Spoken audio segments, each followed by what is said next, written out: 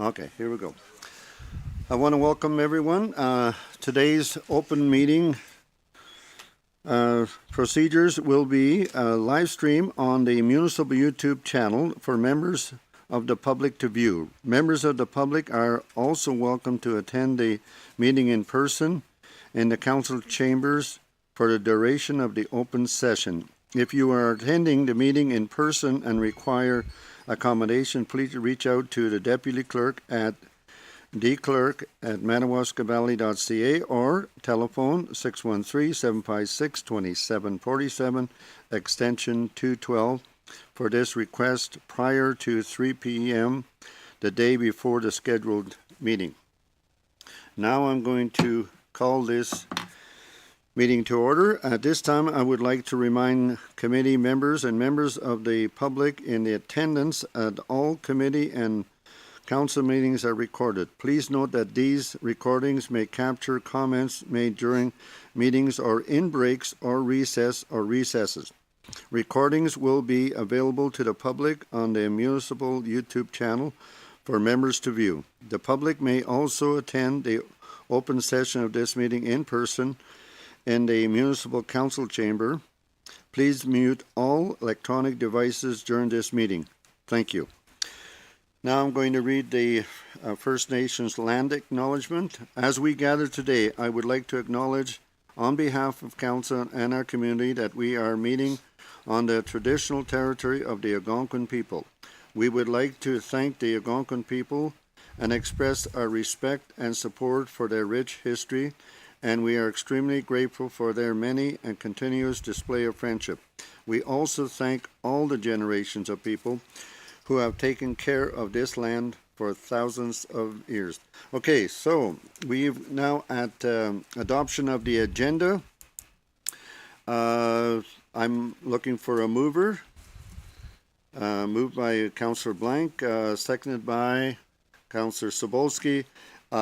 Any discussion on the adoption of the agenda? Seeing none, all in favor? Okay, we are going to continue. That is carried. Any disclosure of pecuniary interest at this table? None. Seeing none, we hold on. We do have one declaration of interest is in the closed session under HR matters by Councillor Ernie Poplinski. Do noted. Okay, very good. Now, we have a delegation presentation from the County of Renfrew on the OPA 47. We have here, if David Weibo, could you please sit in one of those chairs in the hot seat, and I want to hear your presentation. Thank you. If you don't mind putting your mic on, that would be great. Thank you, Mayor, Council, and staff for the opportunity to make this delegation. My name is David Weibu. I'm the Business Development Officer with the County of Renfrew and the Staff Coordinator for the County of Renfrew's HYPE program.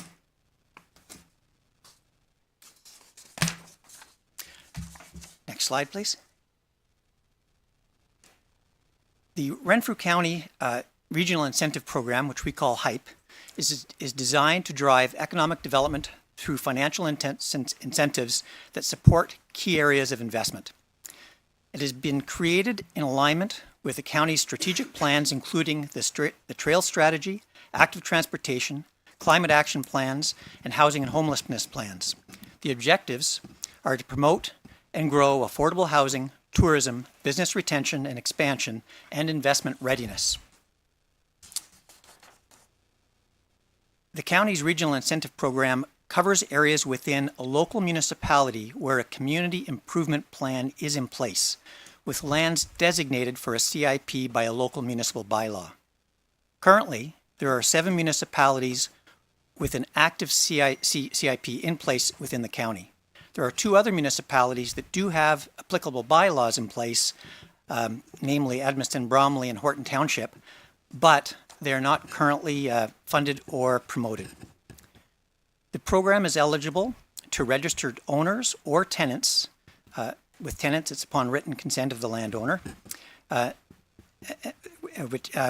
for land or buildings within the municipality's identified CIP eligible areas. The HYPE program provides up to 50% matching grant funding to the municipality for eligible projects with maximum limits depending on the program category. The total value of grants per property per year cannot exceed $15,000. Grants are available to property owners, authorized tenants, and not-for-profit organizations. A question that frequently comes up is, are municipalities able to apply? And the answer there is no. Eligible projects can be for up to $7,500 for agricultural business development, including on-farm diversification projects. Next slide. I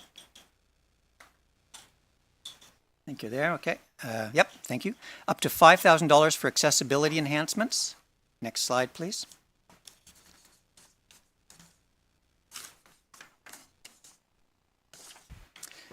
Up to $15,000 for new affordable housing development projects. Next slide. Up to $5,000 for affordable housing improvement and energy efficient projects. For brownfield remediation projects, there are two possible grant streams available.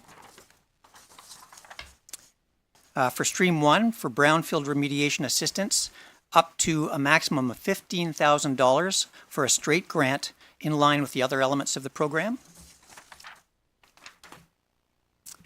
And for Stream 2, support is given using a brownfield tax increment equivalent grant, which follows an exception to the normal approval process, requiring County Council approval to move forward.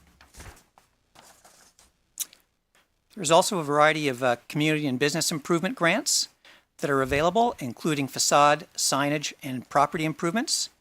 The amount of funding depends on the nature of the project.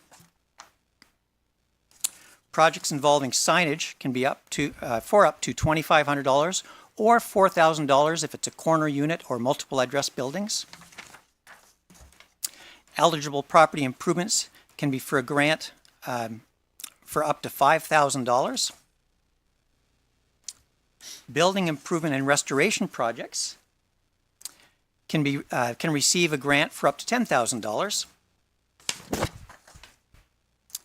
And there's also grants for shoreline restoration projects, which improve the natural vegetation in riparian areas. Grants can be up to $10,000.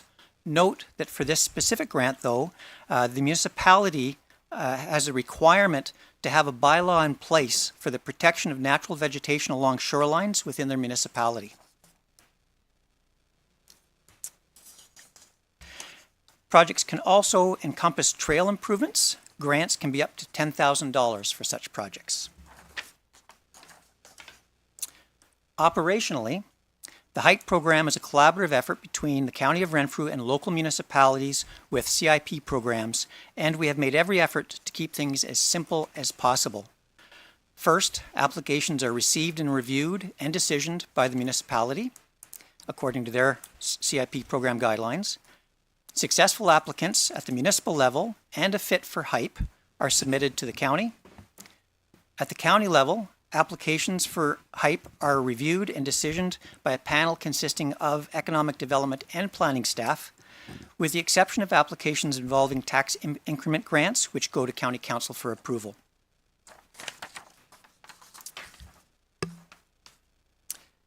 For successful applications to the HYPE program, for successful applications to the HYPE program, once informed of an application's approval, the municipality will invoice the county, after which the county will disperse the funds directly to the municipality. The county does not disperse funds to the project, to the landowners or businesses that are undertaking the project.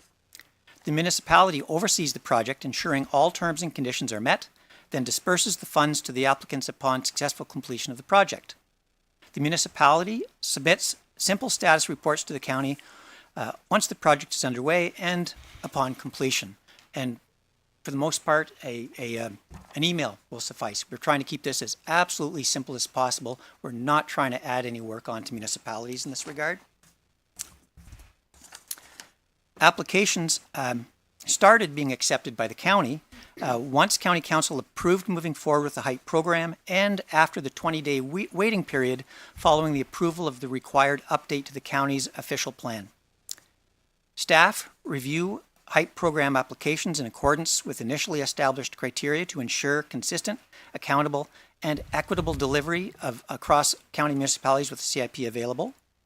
How the program is delivered and the review process are continually monitored to ensure fair and reasonable support for municipalities, local businesses, as well as community and economic benefits for participating municipalities, which in turn can benefit all of Renfrew County. Moving forward through 2026 and beyond, if the HYPE program is renewed by County Council, there would be 2 application intake periods per year. The first intake period would begin January 1st, the beginning of the year, and run through the 3rd Friday of March. This would allow all the municipalities to gather up the various applications they receive for their CIP programs and deliver them basically to have reviewed at the same time to ensure fairness. These applications will be reviewed and decisioned at the county level, with municipalities informed ideally the 4th week of March. After this period, should funds be remaining, the second period of application intake would commence with applications continuing to be received and assessed on a first-come, first-served basis until funds are depleted.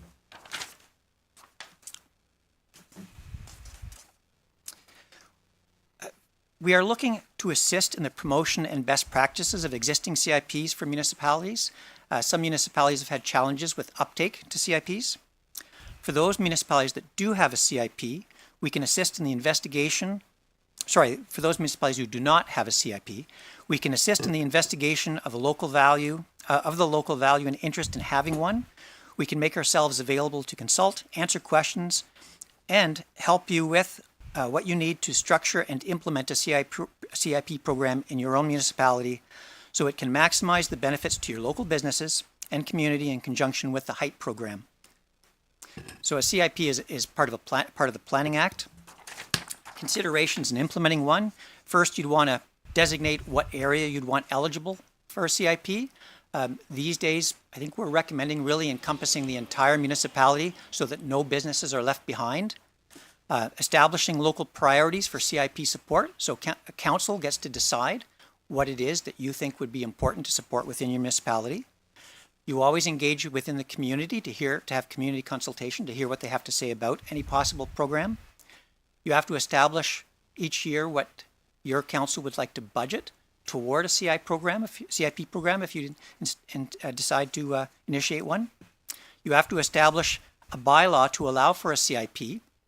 And by the way, this would go through the county's official plan. Madawaska Valley utilizes the county official plan for planning purposes, and we have all of the bylaws in place to support a CIP program if any municipality wants to engage in one. You have to design your own procedures and guidelines, draft appropriate documentation, and then implement the program. And in all of these steps, the county would be more than willing to help you do this, answer any questions, help with documentation. Note, the process typically takes about a year, but it could potentially be done in as low as 4 months, depending on the willingness of council, and given that we can provide a lot of the supporting materials, and you can do a lot of those activities simultaneously. So you can do many things all at one time to try to expedite the process.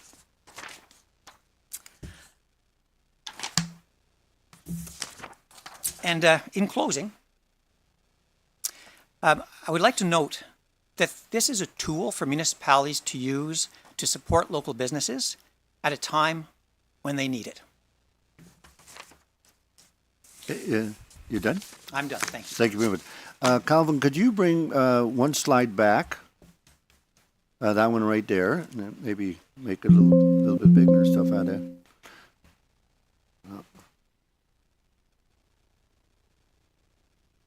Right there, yeah. Thank you very much, yeah. I know that this came up to the table under Mayor Wilmer's leadership and stuff like that. And I know when I got into county it already had passed and everything else. And but one of my concerns was that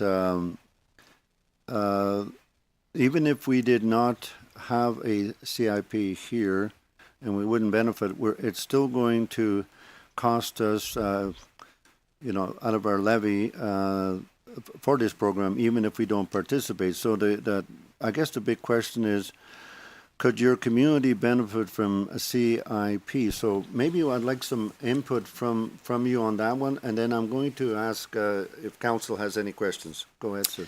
So if your municipality does not have a CIP, could it still benefit? Potentially, admittedly, for municipalities like Madawaska Valley, where you're further away from municipalities that do have CIP programs, that's a little bit more of a stretch. Petawawa, for example, has the largest and most aggressively looked at CIP program. They get quite a number of applications every year, and they delegate, I think this year is $90,000 toward their CIP program. Where Madawaska Valley could benefit is if you actually had employees that were to go all the way to Petawawa, but that's probably a stretch. Bon Cher Valley also has a CIP program, and I don't think it's unreasonable to think that you're likely to have members of your municipality, citizens of your municipality, that probably do work in Bon Cher Valley. And therefore, any grants that any businesses within that area do receive helps strengthen that business, helps strengthen the employment, and therefore ensures that your resident is still working. Right. Now, the one thing is, if we set up something like a CIP here, of course, we would have to end up budgeting for this. And this is Correct. where I think is probably, I wouldn't say a setback and all that, because, we have to make sure that we tell the community why it's important and so on. Mm-hmm. And then the next question here, would your business community be interested in a CIP? And I guess we'd have to reach out to business in that. What's interesting here too is that we have 3 communities that have, that have business and so on. So it's not as easy as it sounds and all that. So I'm going to open it up to council. Do you have any questions for Mr. Weibo? Anybody? Yes, Councillor Sobolski. Would a private property, sorry. That's okay. Would a private property owner be eligible for this? Say that you have the acreage, the area to build an affordable housing unit. Yes, they would be. They would be. Yes. Okay. They'd have to, affordable housing, for a new affordable housing build, it is a little bit more complex for the municipality in the sense that, the municipality is managing the CIP. And that means that that new property has to be within, the rent has to be 80 to 100% of the average rent in the area, and it has to be maintained in that realm for 10 years. So, you'd have to be a little bit of work to sort of monitor the property to ensure that they're still charging what's considered affordable as far as rents go. Anyone else? Sorry. So that would be, they would be eligible for that 15,000 grant? That is correct. And the way the CIP program works, I mentioned the presentation that it's 50%. So that can be a little confusing at times. So what we're doing is we're matching whatever is designated by the municipality. So for example, if you had a CIP program and you were going to contribute 50% of project cost to a project for affordable housing, at the end of the day, if it fit for the HYPE program, which in this case it does, we would give you half of that. So you would actually only be paying 25%. So we are sharing the cost of whatever you designate as eligible funds for CIP, for a community improvement plan. I know it gets a little convoluted, but we are not giving 50% of funds to the project itself. We are sharing the cost that the municipality is incurring to give a grant to a business. So again, just to keep it simple, if there was a $100 project and you were going to give $50, at the end of the day, you wouldn't have to give $50. You'd only give $25, because we would split that cost with you. We would give you $25 as well. So whatever you budget, consider that it's actually going to have the effect of being twice the size of what you budget because of what the county is going to kick in in regard to that as well. So in the design of any CIP, you'd kind of want to make sure it lines up with the HYPE program so that you're not incurring the cost just on your own, that those elements are being supported by the county as well. That said, though, the program's pretty all-inclusive. You know, I'm hard-pressed to think of what wouldn't qualify for a project. Councillor Blank and then Councillor Micah. Thank you. Thank you for your presentation. I have a number of questions and concerns. First of all, the amount of money available through the county is minimal. What's $100,000? Absolutely. It's not, minimal. Like I when you're just looking- can't see the extra effort being put in. That's one of my comments. The other comment is first come, first served. Okay, so a municipality the size of this Petawawa, which is imploding and exploding and everything else, would bump us quite quickly, I'm sure. A future development of our community is very important. However, this is just a drop in the bucket, and it would cost our taxpayers money that we would not receive in return. I don't think it's worth the time, the dollars, the effort, the cost. The dollars we would have to budget towards the program would not benefit enough. It's like I said, it's not important. It's minuscule in today's dollars and cents, and today's prices and tariffs and everything else. It's not worth it. All along, we've been on our own, doing it alone, our businesses, our community, and granted, we would use some help because the future development of this community is going to explode very soon too. But this would not help it. This is just more paper and more stuff that is not practical for the use of us. I also am concerned about a new council for next year. We may decide, yeah, we're going to put in the budget. Election comes next October, and council says, "Are you crazy?" You know, I think this is a decision that needs more time and effort to discuss to see if it's worth it. I also want to know why others in the Renfrew County have not taken it on, because when you look at our tax base and the tax base of even Bone Shear Valley and all the other ones, it's totally different. And we are a totally different municipality. We want to remain that way, but Renfrew County is not helping us with this. This is not of benefit to us. The tax dollars would not be worthy of it. Our staff would be spending extra time working on this for dollars and cents that don't make sense. And in order to reach out to the community, I think that's a good idea. The mayor had suggested that we reach out to the community to look at it and see if they think it would help. But when I look at some of the businesses here, would $10,000 help them? No, $100,000 would, but $10,000 isn't going to make it, you know, and that's my thing again. I think more information could be gathered from our community to see if they want a part of it.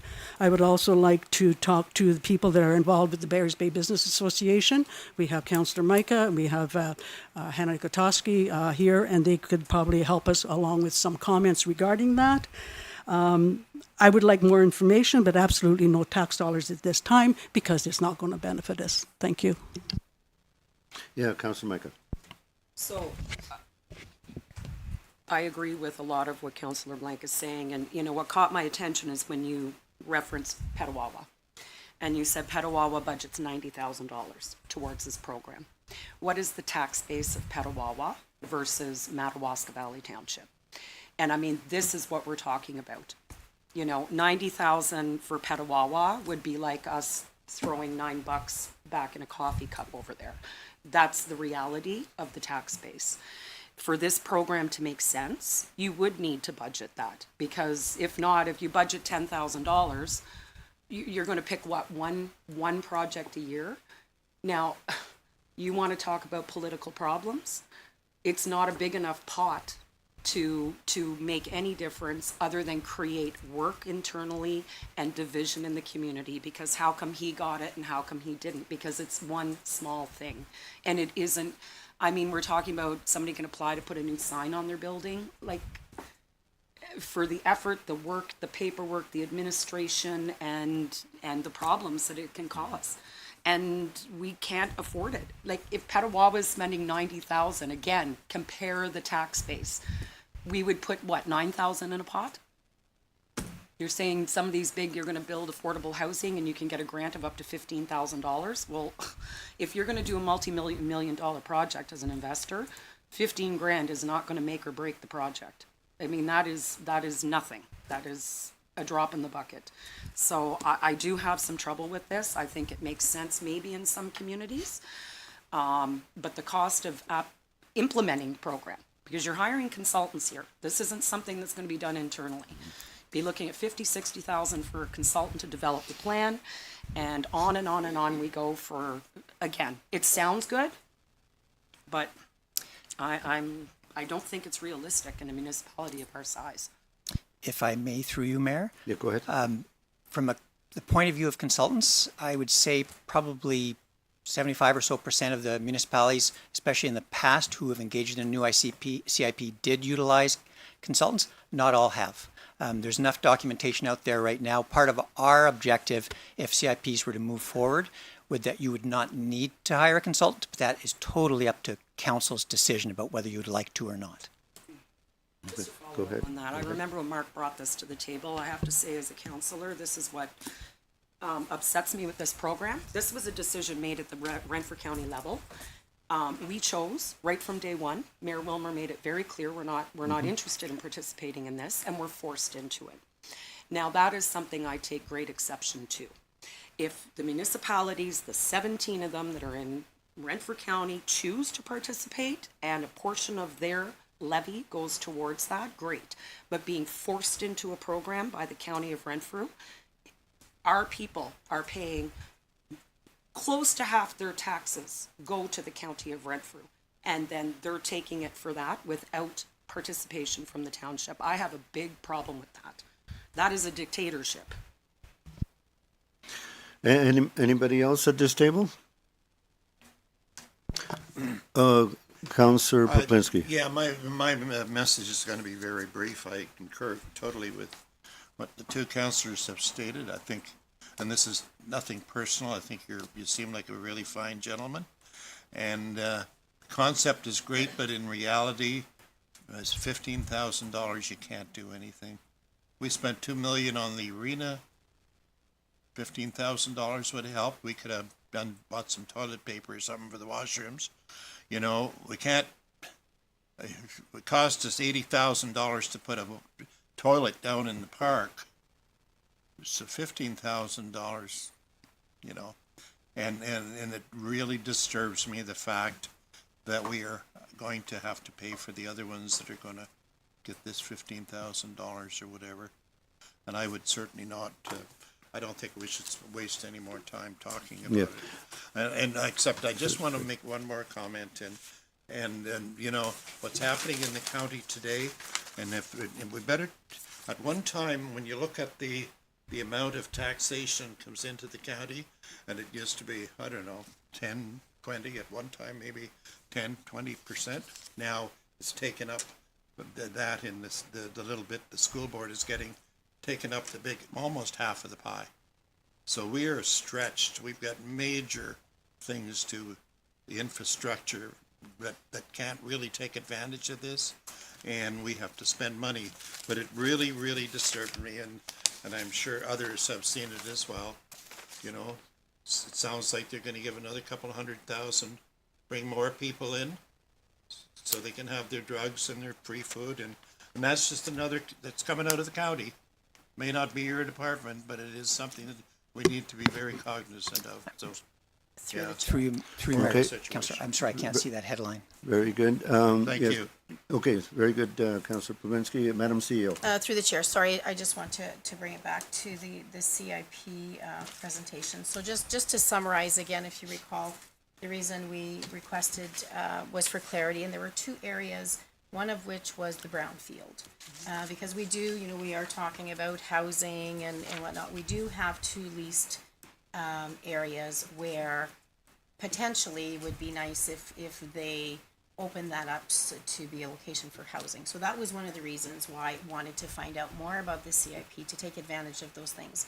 So it's my understanding from your presentation that is still, it would be the private entity that would have to apply under the brownfield, and we would have to support that. Is that Yes. correct? And the other reason we wanted some explanation was there's a reference to the shoreline.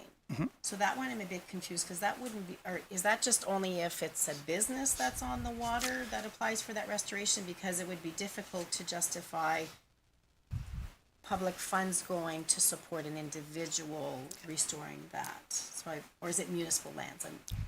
So that could be agricultural land. It could be a trailer park. It could be private land as well that might have some community significance. If it was going to be municipal land, the applicant couldn't be the municipality. But let's say, for example, you had a recreation organization, a group that was a volunteer group that managed a park or a beach or something along those lines, then they could put in an application potentially for that.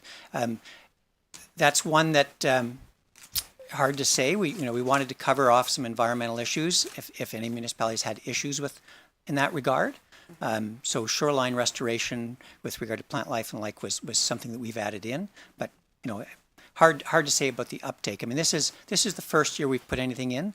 It's largely going to be a time of introspection to look at how the program worked, what worked for people, what didn't, what outcomes were there, and how to move forward. So this will be in front of County Council again within the next year. Okay, thank you.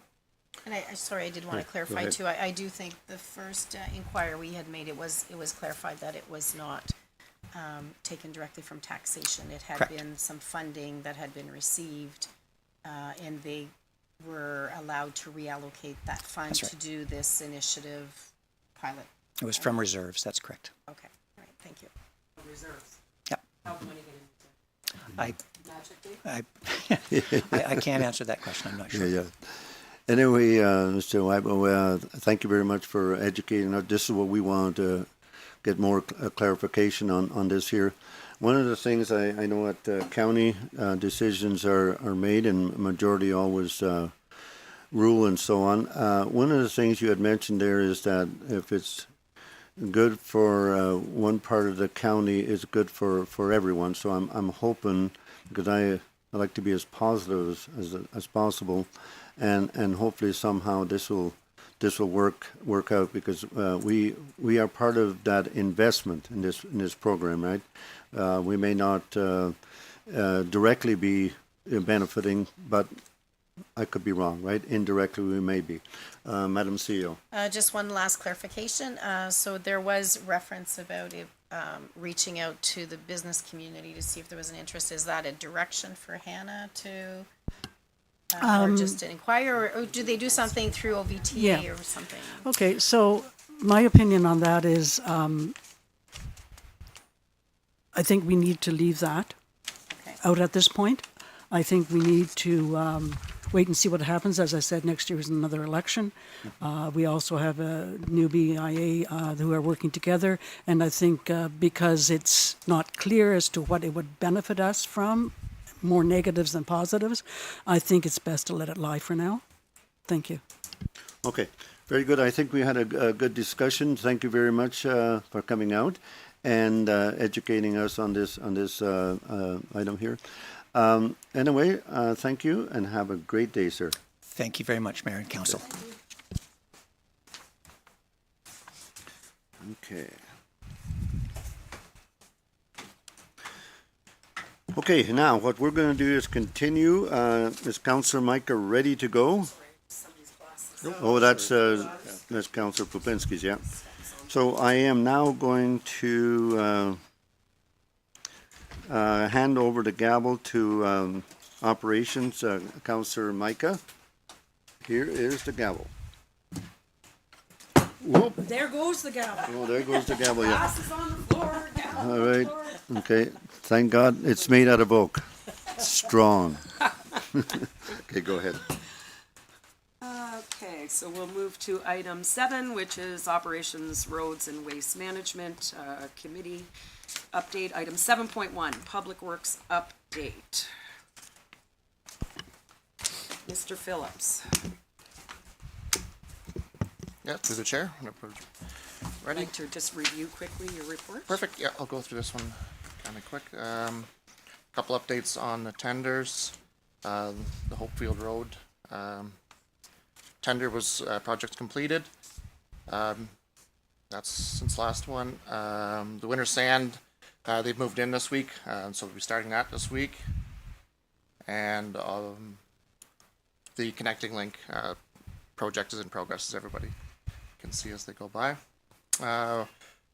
Water, wastewater, the water tower repairs, I have in there, I think Aqua has an update on that. Park Lake site, construction demolition tender was done, and I think will be awarded in this meeting, or is that, there's a report for that in this one.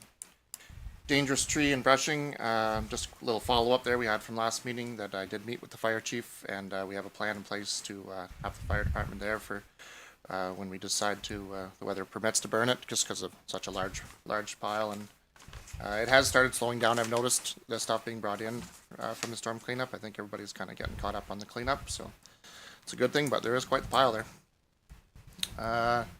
Washouts, the Perrier Road roof washout was repaired. Hard top patching, a couple large projects of Arborvita Road and Long Lake Road. There's some large sections that we did some major patching on in the last section. And then the other big items were the sidewalks in conjunction with the county. And there's a recommendation I can read at the end. And also the Zamboni room drain repairs is ongoing. If anybody's drove over there, the parking lot's in disastrous condition, but we have uncovered the old line and found it and traced it, got it opened up, so we're just waiting for the plumber to come in, hopefully snake it out, and we can put it back together and bury it again. So it's a good thing that it was found, and that project is ongoing and will be completed before the ice goes in. So I think that's it. I'll open it up for questions. Yes, any, Councillor Blake. Sure. Go ahead, Councillor Mike. Thank you. Okay, so my concern is the sidewalk on repairs and stuff like that. In the first place, when that was done, I know many people were saying it should not, that was not the type that was needed for this area, for the traffic on that road and for pedestrians, et cetera, et cetera.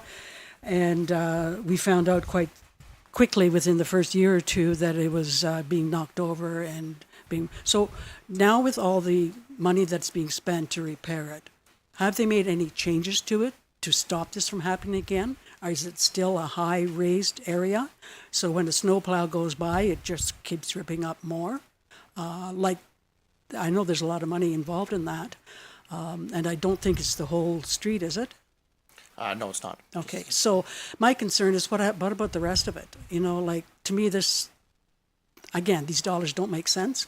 And to see it's going to be the same thing again, we're just going to be in the same problem.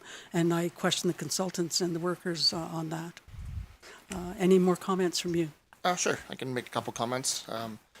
Yeah, so that is the section, I think it's the curb and gutter you're talking about that's all breaking apart and falling in. So that curb and gutter is actually owned by the county of Renfrew. We maintain and own the sidewalk behind it.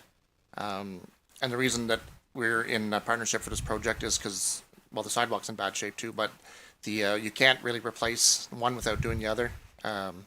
So that's why in that section where it is it's called a barrier curb and sidewalks, kind of yes. poured in one piece. So the rest of it, wherever the curb is separated by the boulevard, those are all totally the county of Renfrew's. We have no jurisdiction over those. Okay. It just doesn't make sense. Okay, and, It's okay, a convoluted yeah, okay, thank you. arrangement for sure. Anybody else have any questions for Mike? Councillor Poplinski? I do, just wondering, when is the road tour? Yeah, sorry, I have on the bottom here just opening up to plan the road tour. I guess that'll be through the CIO to make those connections to get that planned, but I'm available at pretty much any time in September. Madam CAO? Through the chair, yes, as was indicated at the August meeting, we would like to receive the road needs study prior to the road tour happening. In discussion, the treasurer and I were talking about the upcoming reports, so we are waiting for the road needs study to be able to bring forward, because it goes in hand with the asset management plan as well. So dealing with, you know, the importance of the road needs study, the asset management, and the fact that the auditors are coming as well, the treasurer suggested that we may consider just a special council meeting to deal with those matters all at the same time. So that's what I'd like to propose. So I think at that meeting, then we can look at the available dates to schedule the road tour. Because then we'll have received the road needs study. So we haven't received that yet. I'm not sure, Mike, if they gave you an update. I saw your emails back and forth with the urgency to get it completed. So any updates on that? The emails you've seen was just the urgency, and I haven't seen anything yet. Okay. So when are we gonna make the decision to make the decision? So we need that report that he's waiting for from the consultant, and as soon as we get it, we will schedule a special council meeting to deal with receiving the road needs study, looking at the asset management plan, and receiving the auditor's reports. If I may, you know, the report itself has been classified as lacking in scope because it only deals with the pavement. Isn't that correct? Yeah, It is. So why did any other work that needs to be done because of the safety issues? Perhaps we could bring reports to the same meeting and make some decisions instead of just kicking it down the road again. Because that's what's happening. Okay. I can see it happening. Suddenly then we're into December. Can't do it because it's too late. So can we not have it, review the roads, submit the report at the same time as the roads needs study comes in? Wouldn't that make sense? It does to me, and I suggest that's what we do. Yeah, through the chair, it was council direction that I wait for the road needs study. If there's any specific road that you need to discuss specifically, then maybe with Hillary, you can have that discussion. Prior to that, if, you know, to bring those concerns forward. Can I just speak to that? Yep. So,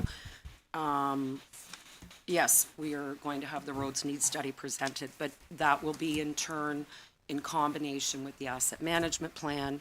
We will see what comes back with that. And when the consultants came in and we initially met with them, they asked us at that point, what are you looking for? We said the basics with regards to surface condition and putting priority, which one needs to be done first. But it was always understood that if there was a specific road that required, because we were going to do the road, it required a new surface, at that time, it would be looked at that any additional work, apropos staff, council, safety issues would be addressed when that road was coming up for when it needed to be repaired. So it's part and parcel. This roads need study, and if we go on a roads tour, we would be looking at budgeting for 2026. The budget is done for 2025, so unless there's a catastrophic failure, a flood, or we're not going to be doing additional road work prior to 2026. That will be budgeted for 2026.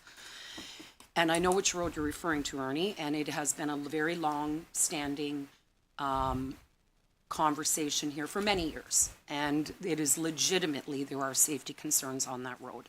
I don't believe you're going to find, definitely not myself, I doubt Councillor Blank, because you're aware of that as well as Mayor Schulist.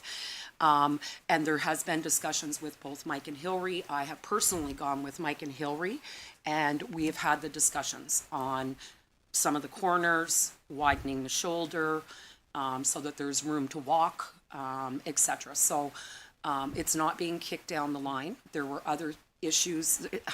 Here's the problem. We got 200 plus kilometers of roadway, and a lot of them are in bad condition. So it is what it is. There was some land transfers. I don't even know if we're complete that project yet, that needed to occur, and it needs to get done. You know, I've been pushing too.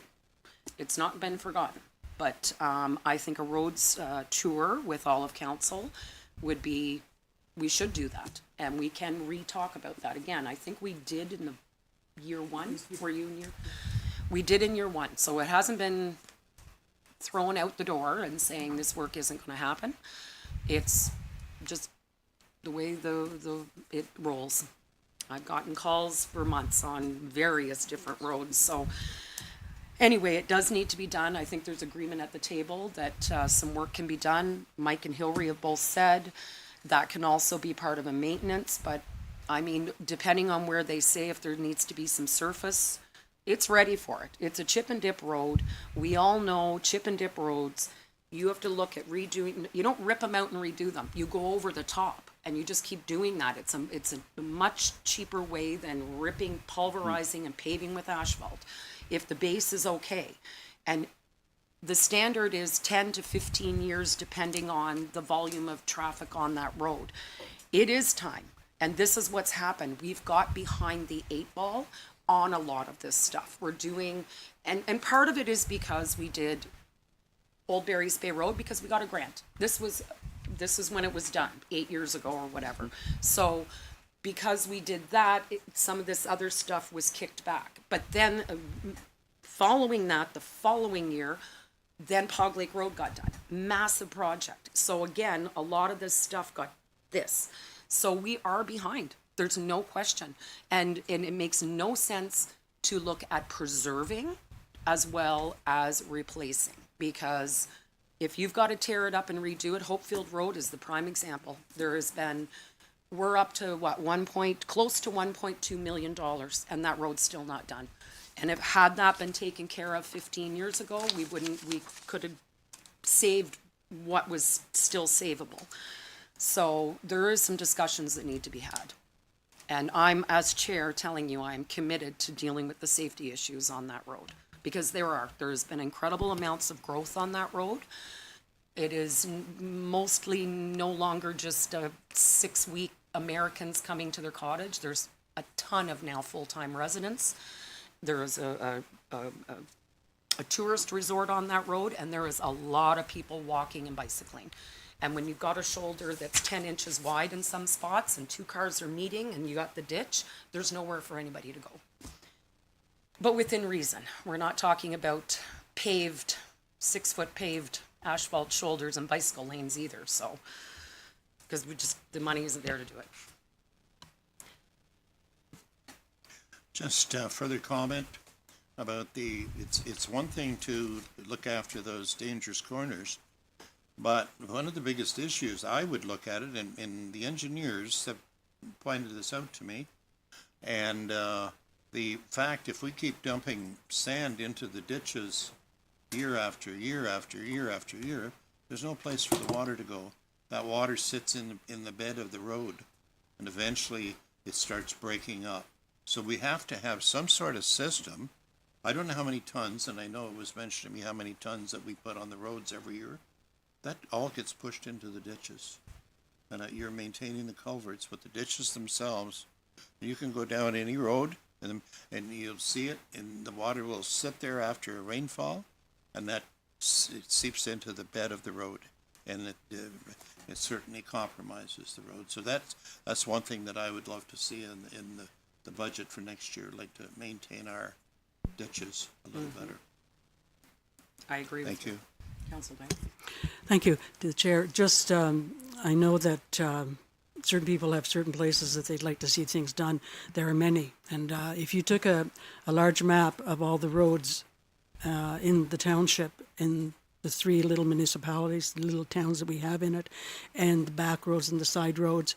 If you drive out now to where there's development, be going with all the trucks and stuff working on those roads, and if you go the back roads and people are building and coming in on every road in town, you could take a map and throw a dart and you'll hit problems everywhere, because there are so many. And I agree with Councillor Micah and the chair of the roads operations that yes, there are many things, but we have to be careful of what we do, when we do it, how we do it. There are people here that need sidewalks within the town itself. There is repairs that needed to be done on small side roads. So it is an overall problem, and Councillor Micah is correct in saying it's been left too long, but we cannot jump ahead and make all these things because of things like Hopefield Road, Pog Lake Road, and all those others that come up. So it's a matter of balancing the budget, balancing what needs to be done. And yes, they are all taxpayers, but so is everyone else. So we got to be careful of what we do. I'd prefer to see the road study at a meeting, and anything else that needs to be brought to that meeting to say, hey, we need more work done on this before we go on a road tour. Because if we go on the road tour, we have no idea what's in the report. So I would suggest that we go ahead with a meeting with the report. Thank you. Can I just make, and I'm going to make one comment, sorry, I don't know if anybody else, just with regards to the roads needs study. We've had, I think this will be the third one now, correct, Hillary? Yes. Okay, so this will be, this one will show us 15 years and the 10 years prior. When it comes to a roads needs study, first of all, I never even wanted to do it because I thought after the first one we could manage it internally because we're spending a lot of money on the consultant to do this and we could actually use the money to fix the road. But anyway, you're not, it's not like a law that you're bound into. It's also not a document you take and disregard and throw in the garbage. I recall sitting here on whatever one of them and, you know, looking at, we might have been in year 3 of a 5-year plan, and things happen, you know, even within 5-year period. A road can deteriorate. You have flexibility to move some things around and based on what you visually, you know, see. So again, I would like to do the tour once the document comes in. So we will go tour what the document states for 2026 and 2027. I think it's reasonable to look at it that way. And if any member of council or staff wants to view a different road that's not projected within those 2 years, I think it would behoove us to go look at that road. And we decide at this table. Consultants don't decide what we do. Council decides what we do. And if it makes sense, we can shift, move, do more, do less. You can look at some, depending on the road. I don't know, because I haven't seen it. But depending on the road, you can do phased in work. You don't have to necessarily do an entire road in 1 year. We've done that many times. We're doing it on Hopefield Road. It was a 3-year plan over 3 years. We did it years ago on, I think, Wokulski Drive. We did it, was over 3 or 4 years. Because some of these roads are long. You're not going to do a 7-kilometer road. That's multi-millions of dollars, depending on what type of road it is. So there's flexibility, and I think we will address that when we go on the road tour. I'm not going to, as chair, say, no, we can't go down whatever road, pick a road, it doesn't matter. And if there's ways to move it around and we can fit it in the budget, then we can do that. But I think overall is what we're feeling here is the pressure, spending pressure. And it's not this term, it's not last year, it's how we're spending money in the last 15 years. 20 years, and where that priority needs to be shifted and where some money needs to be invested and where we need to cut back in other places. And I'm just throwing it out there. It's not for discussion. I'm just saying, you know, when they say the rubber meets the road, the rubber is starting to meet the road here. And I think we need to be looking at that. Okay, anything else on the roads? Councillor Micah? Yes. What's your opinion on maintaining roads where no one resides up to very good standards? No one resides, the roads are plowed in the wintertime. The one house that is still standing at the end of the road, in front of the gate, there's a huge snow pile each winter. I have taken photographs. The one road that I'm thinking about is 1 kilometer in length. It has quite a steep hill. We burn a lot of diesel fuel running back and forth, including our own half tons. And what's your opinion on that? Just putting a sign up, road no longer maintained, to save money, to put money where it's needed. If it's one road, I don't want to go on the record too much on this because I'm not 100% sure what you're referring to, but in theory, I'll gladly take you for a drive. If it's a 1 kilometer road with one residence on it that is not a full-time seasonal residence, I think that's something we need to have a conversation with Mike and Hillary. We're bound. We would have to change bylaws. It's not just as simple as putting up a sign and saying we're no longer maintaining it.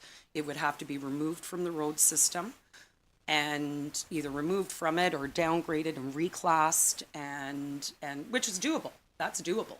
Well, let's do it. So we need to have that conversation then. You're talking about saving money. County of Renfrew has asked us to present them with where we can save on carbon footprint, where we can save on expenditures. There is absolutely no need for this road to be open. I've monitored it for 10, 15 years now. And it's a waste of money, in my opinion. There has been a death on the road from Stony Creek, a firefighter. He ran off a curve, hit a tree, his car caught fire. Don't know if it was intentional or not, but that's besides the point. Let's save money where we can. Well, let's look at it, because if it's not a Good. permanent residence and it's only seasonal, No, it's not seasonal. yeah. Oh, abandoned? Well, Abandoned. That's even more so. We'll look at it. We can't do that right here, right now. No, We I need know. to have a conversation But with these. I've talked to Hillary Yeah. about this, and Hillary has informed me that we're maintained or we're mandated to maintain roads to a certain standard, and what I'm hearing, certain roads that are traveled aren't maintained to a certain standard. So why are we maintaining a road that doesn't need to be maintained? Yeah. So the first thing, and again, we'd have to look at the legalities of it, but the first thing is that it has to come off minimum maintenance standards. And that is a legal document, so that would have to be adjusted, and the road would have to be reclassed. Well, let's adjust it. Yeah. It's like Greta Thunberg says, we're here doing blah, blah, blah, blah, blah, and very little gets done. Well, we'll look at it. I'm not disagreeing. Yeah, and we've got There's absolutely no point. we've got an excellent super, Yep. excellent operations manager. Have them help us. Okay, noted. Okay, Councillor Blank. What I would like to say is a direction to staff regarding this issue to go ahead and check out this thing and come back with a report. Thank you. Okay. Is that, Yeah, that's good. okay. But I'm not looking, at doing anyone harm. I'm looking at saving money to put it where it's needed. And we burn a lot of diesel fuel on that road. Yeah, no, fair enough. Fair Yep. enough. We have to adjust. Things I've change. measured it, it's 1 kilometer. It's not much, but it would be a start. There are other roads that we could look at. Okay, there's a few things on the report I just want to, just real quickly. So Hopefield Road, 90%, is that current 90 or are we done? We're about 98 now. All they have to do is is to haul just the ditching material up to Bark Lake for cover. Okay. The road itself is complete. It's just a Okay. couple of loose ends. Yeah, fair enough, easy enough. Intersection, three-way stop intersection, connecting link. What, just for, where are we at with that? I mean, I know where we're at, I can see it, but what, are we behind? Are we on track? Where are we at? Yeah. Road is being closed when? Through the chair. Yeah, I would say we're well on track. They're working really hard. There's some late nights, but I can hear them. yeah, they're doing well. The curb and gutter, I think, was all poured there yesterday. So I think they're working to work on the sidewalk today. The closure is still set up for the 8th to the 12th of Okay. September. And that is to replace the crosswalks and the asphalt at the intersection. Okay. And it'll be all detoured by the contractor. Okay, and we are gonna pray that we have the right weather, that doesn't delay them. And I don't see here, but, Sue, let's make sure that we get, Hannah or whoever on, just making sure that people know that that's closed. And where are we detouring, Mike? Are we pushing them down Stafford, and then how is the detours gonna work? There's a whole detour in place. Maybe I'd be better off to send it to you. So I don't want to rhyme off roads if it's No, without it okay. in front of me. Is But, it similar to Bay Day? Yes. Okay, that's, people recognize that. Similar but not. Okay, Ingles. Done is, it's a wider intersection. yep. Yeah. Yeah, up through here. And Oh, Ingles, and then yeah. turn down and And then around. Kelly Street for westbound Yep. trucks, Okay, similar, yeah, okay. but not. Fair enough. All right, and just on to the next one. So I was gonna ask, are we done our portion of cleanup from the storm damage? So Riverside Drive, Lower Craigmont Road, wherever else we were cleaning up from that. There are still some larger trees and stuff that we have to bring back to the yard, but the smaller stuff's been all cleaned up and it's been swept. Okay, let's not move on Yeah. to other things and forget, because we gotta get that cleaned so that it's done before winter and it's on the pile before it gets burnt. So if we can do that. And thank you very much for meeting with Corey and working out a burn plan for that pile. I appreciate that. And I think that kind of covers it for anybody else have any questions regarding the report?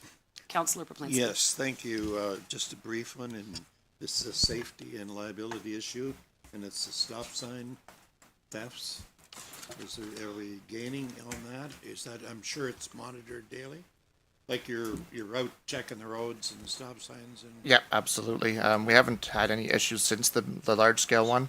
I did have a little bit of an update I should have went over, but yeah, there was at the time of those thefts, there was Facebook posts made on our townships about the thefts, and also it was reported to the OPP by the fire chief, bylaw officer, and he had correspondence with the OPP, including pictures and locations of all the thefts with them.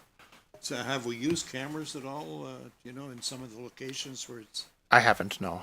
Yeah. okay. And it's a liability issue, and that's why in the safety issue, someone could lose their life over it. And it's probably taking extra manpower to go and check every day.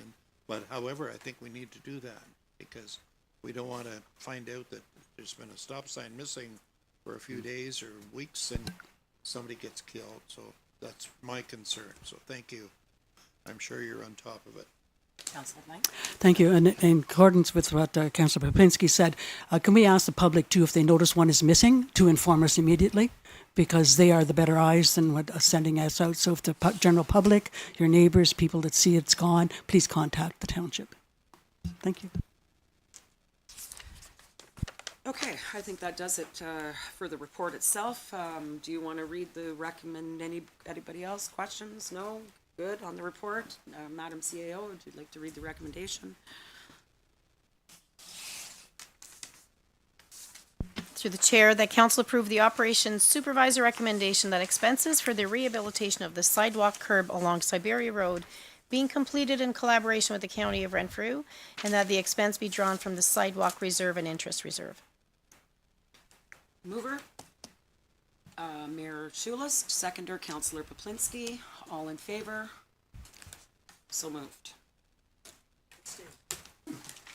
Okay, so we'll go on to a report. The next report is 7.1.1, which is a tender 2025-12 for construction, demolition, and bulky waste grinding.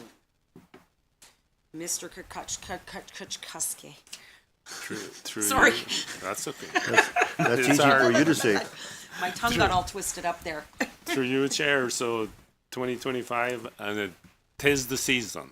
This happens every September for the gigantic pile that Berk Lake C&D pile, 12 construction demolition that was advertised, and we had one person, the same person that did it last year, Sittler Grinding, very professional company. It's a little bit over, judging from the pile. It's warranted. It's a huge pile. I don't know if you have frequented Berk Lake. There is a mountain. There is definitely a mountain. Yeah. And they grind it up, and then we haul it up on top for cover material and size reduction. That's the important thing. The compactor can't demolish a 6x6, so it makes it smaller, and we get more compaction. We use it for cover material. And the recommendation is to approve tender 2025-12 to Sittler Grinding, amount of $59,505.80. Very good. Do you want the full recommendation read, Sue? Yes, through the chair, that council approve the staff recommendation to approve tender MV 2025-12, construction and demolition grinding to Sittler Grinding, Inc. for the amount of $59,505.80, HST included, subject to requirements of the contract, and that it be applied against account 15121770431, waste disposal C&D grinding, with the surplus amount to be applied against the year-end general surplus. Do I have a mover? Moved by Councillor Spilsky, seconded by Councillor Blank. All in favor? So moved. Just to comment, so that when the budget comes up for next year, make sure we increase it enough, because that's 2 years in a row that we've been below. So we have to keep an eye on that one. Yeah, it'll be adjusted. Thank you. No, no problem. Okay, moving on to item 7.1.2. 304410 Phase 6, Bark Lake WDS. Feasibility summary site A and B summary letter, Pinchin Limited in attendance for comments. We have Pinchin. Yes, we do. They've been in the waiting room there. And just to translate all of that, Yeah. potential expansion of Bark Lake Waste Site.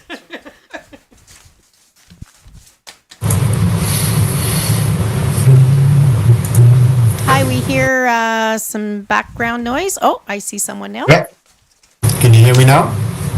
Yes. Wonderful. Good morning, everyone. Thanks for having us once again. I appreciate the opportunity. So I'll just run through this summary memo. I won't take a lot of your time because it seems like you have a very full agenda today. So in March, we had presented the feasibility study for waste management strategies, let's call it, for the community moving forward. Through that, we looked at a couple of different, brand new landfill sites. What were our options?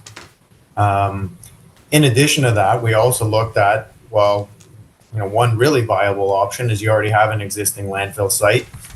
Let's expand that. So at the conclusion of that meeting, one of the councillors had asked if we could put a little bit more meat into the expansion, like what would it cost us, and take a look at this other site B, we call it, which was just a little bit further down Highway 60. So we looked at that, and we wanted to, and the meat that our understanding was you guys were looking at some costs, some order of magnitude costs of what would be the difference between the two. So what we've tried to lay out here in this summary memo, rather than having you guys wade through Alana's great big monster feasibility report, we tried to, boil this down to a couple page memo just so everybody's clear. So I don't want to ruin the punchline here, but the expansion of Bark Lake, there's a lot of pros to that. One, it's an existing landfill site. You have a lot of work that's been done on it. You have existing archaeological studies. You have an existing monitoring well network. You already have access. You have roads. You have, all this infrastructure that's there. And it's your land. That's the other piece. Disadvantages, one of the concerns was, it's very, very close to the highway. And if we start to make this bigger, when you come down that hill, when you're coming into the town on Highway 60, now the first thing you're going to see is a landfill.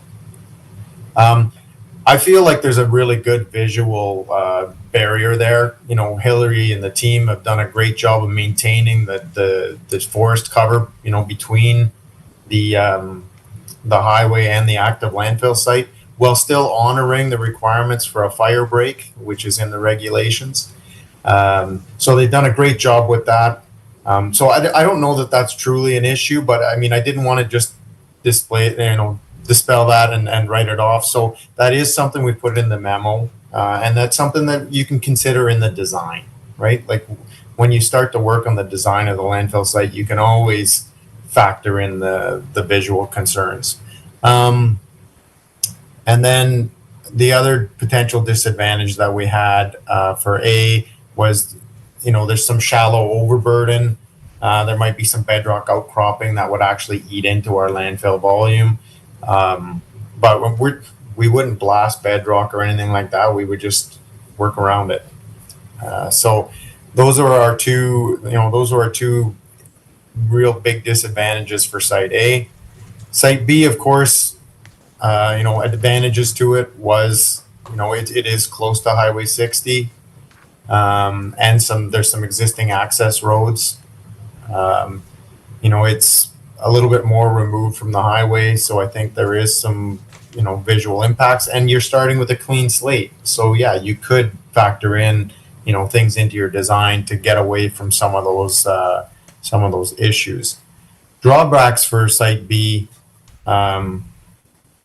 it's not clear if all the land that we would require to build a landfill would all be owned by the community. There might be some requirements there for some crown purchases, which are very, very difficult to obtain.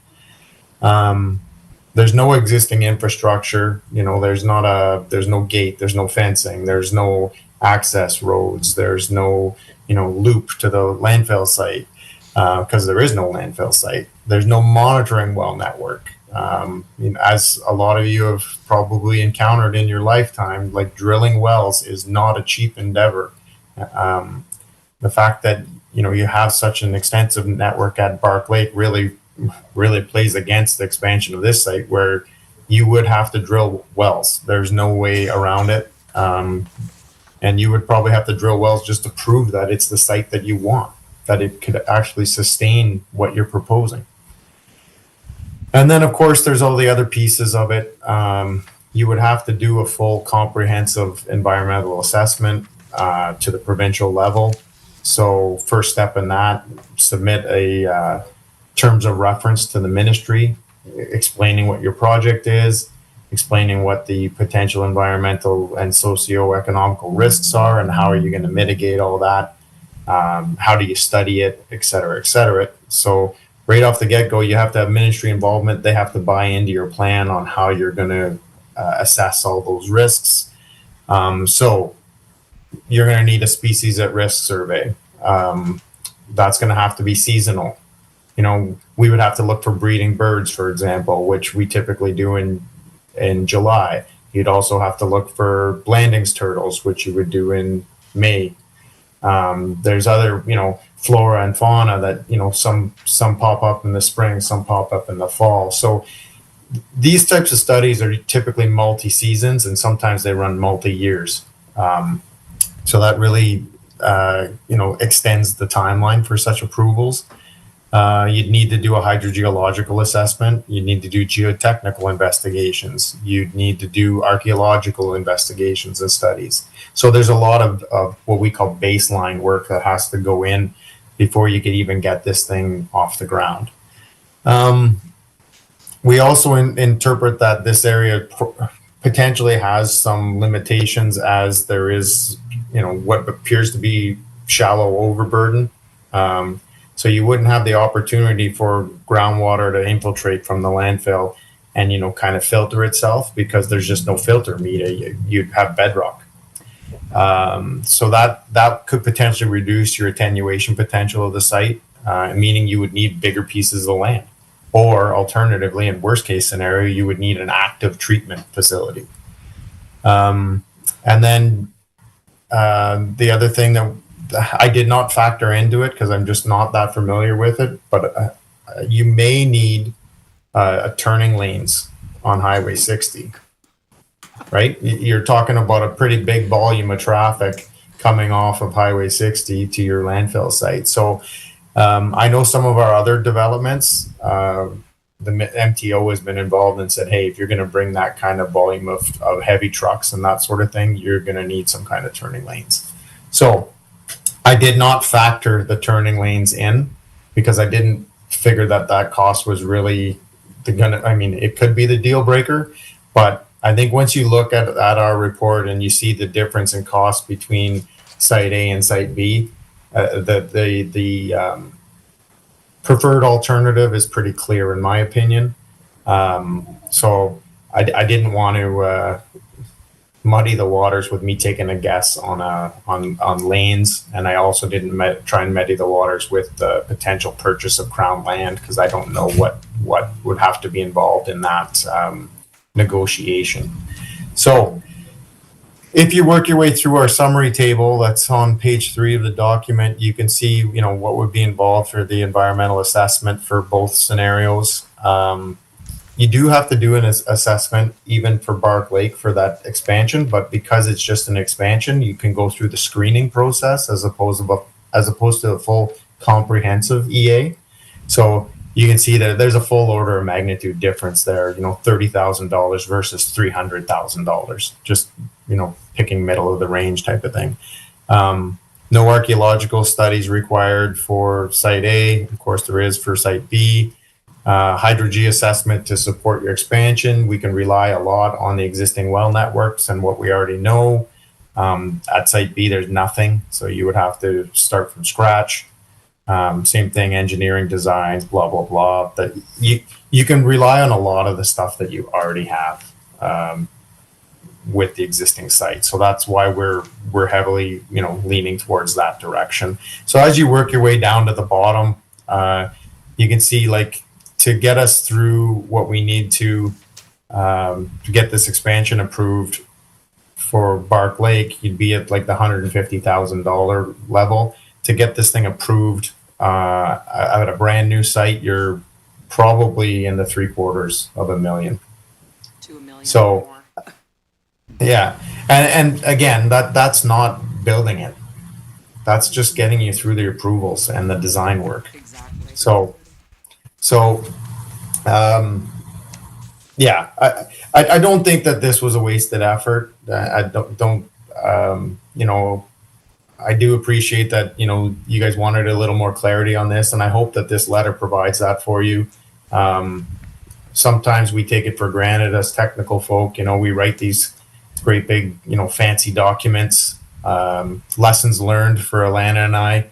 You know, maybe this should have been an executive summary on that report and saved you guys a bunch of time. So, like I said, not a lost effort at all. I think there's some value in this for everybody. And if I save everyone a weekend worth of reading, God bless.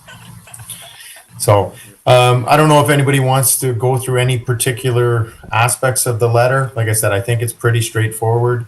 And again, I appreciate you taking your time out of your busy meeting to let Alana and I present to you.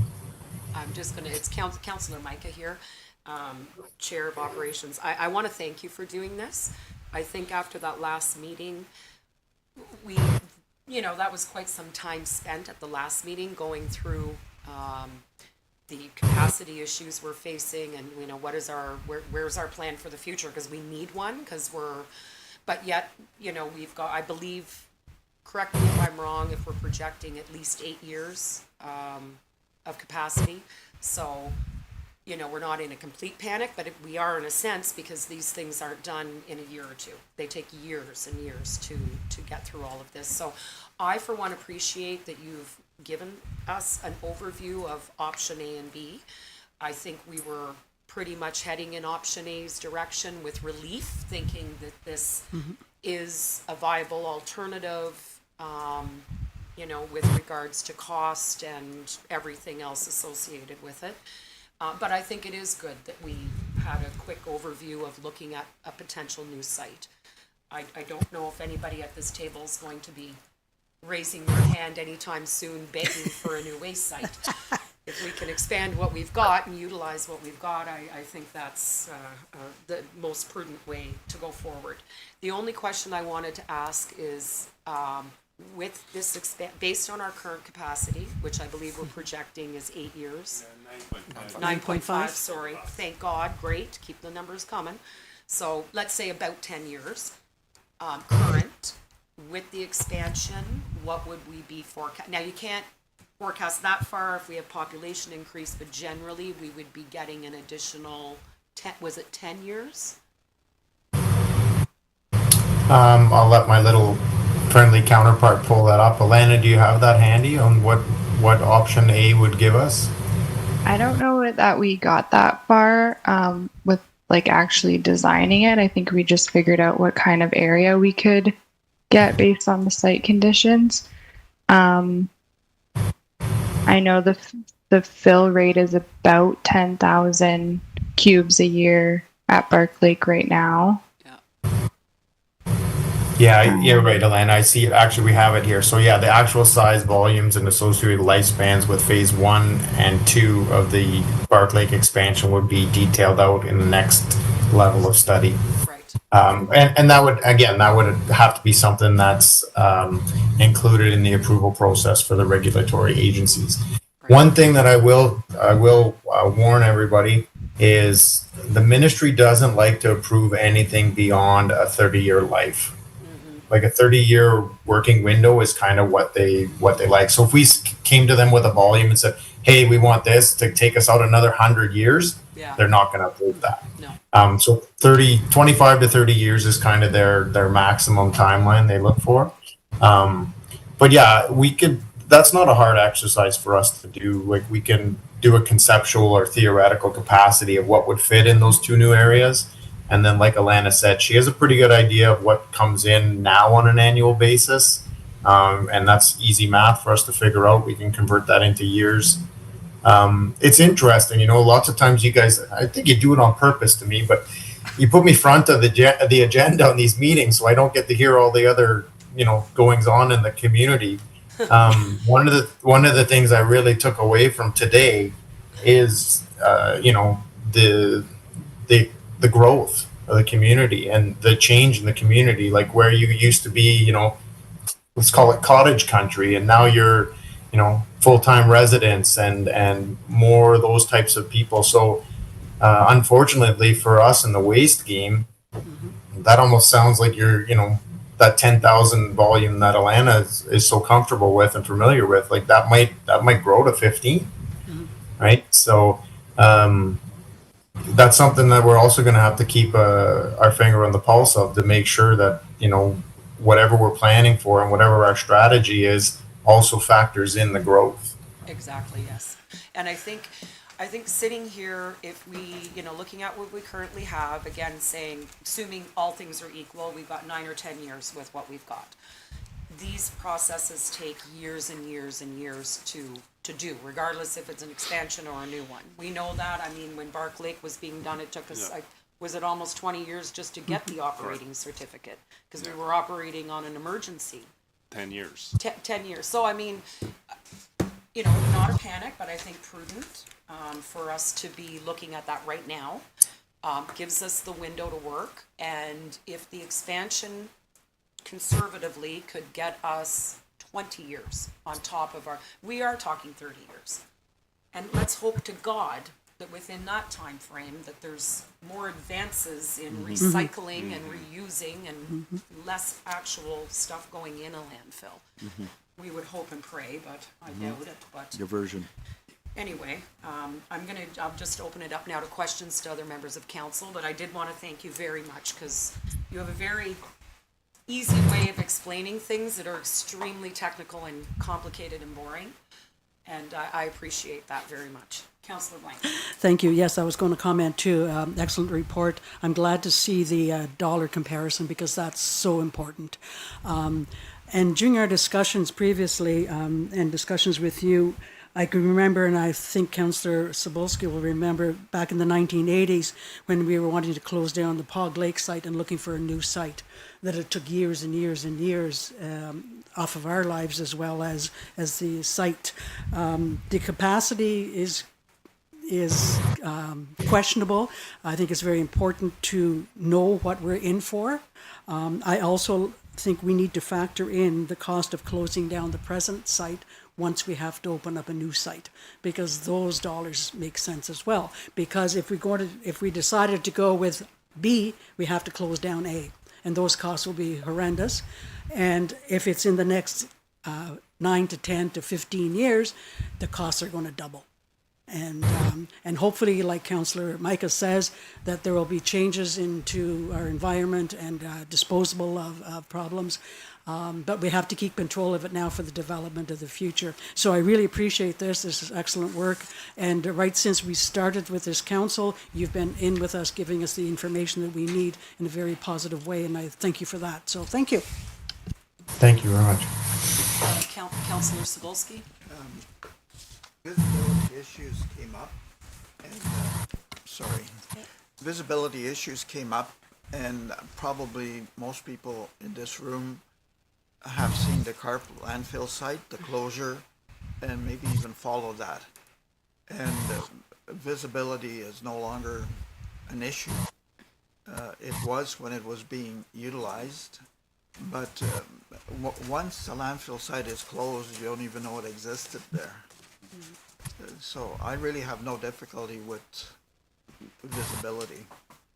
And that's at the Bark Lake site. Yeah, and I think with the expansion, like I said, I think there's an opportunity to, I'll toot her horn a little bit. Like, Alana's really good at designing landfill sites, and she's really good at factoring in all of those components. So she can help design, the fill plan and a closure plan. We could close the existing cell, and meanwhile we're working on the east side, which we can use that cell to essentially hide the active, waste disposal area from anyone who's coming down that highway. From the other direction, you can't see it at all. So I mean, I think there's ways around it for sure. And like I said, you give a young motivated designer an opportunity to showcase her talents, and I'm sure she can do this for us. To me, it's not a big issue, but like I said, I didn't want to downplay it. It was something that was brought up, so I wanted to make sure we addressed it. Thank you for that. I appreciate that. And I agree. Once the final cover goes on and some vegetation starts to grow, and and the thing is, I do like the idea, because we discussed it at the last meeting as well, to start closure operations on the current site. It won't be the whole site, but certain portions of the current site. Because for Councillor Poplinski would know this, but Councillor Cebulski, just for your benefit, we still don't have final post-closure on the Pog Lake site, or do we? Did that come back? No, We finally got that one. It's So we're still working on, no, every site is. they all come back closed? Okay, so All as are of closed. 2025, All are closed. because, yeah, so that's great, good, okay, thank God. There's an extra minute of sleep that I can get tonight, not worrying about that. Okay, anybody else?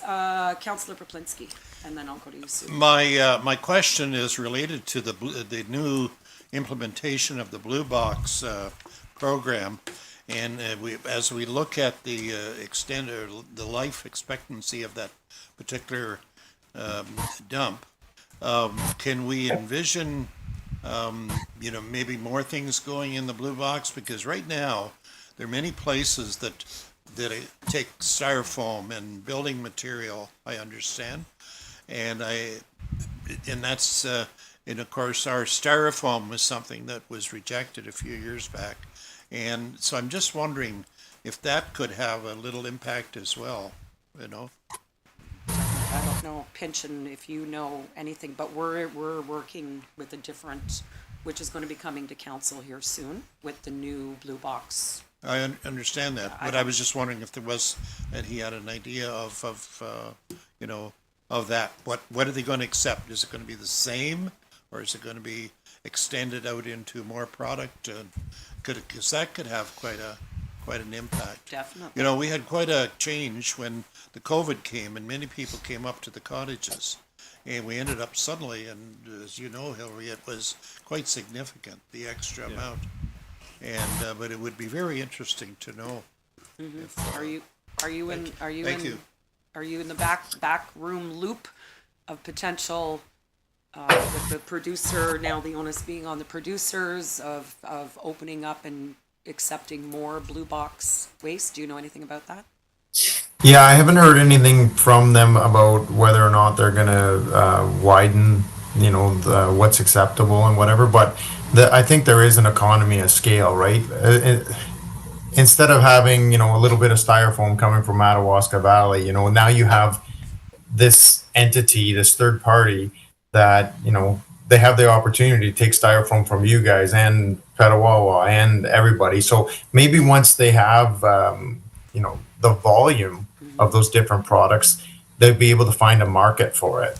And really, let's be honest, that's what drives it, right? Exactly. And I think that's probably why they had rejected your stuff earlier. Is like, it's not worth it for them to come pick up a little bit of styrofoam. Yeah. So, so yeah, I think now that you have these big, entities that this is the game they're going to play in. I think now they can, potentially find new markets for stuff, and in doing so, it may open that window for us for other materials to be picked up. We do factor that in, when we work out our lifespan that we present to the ministry.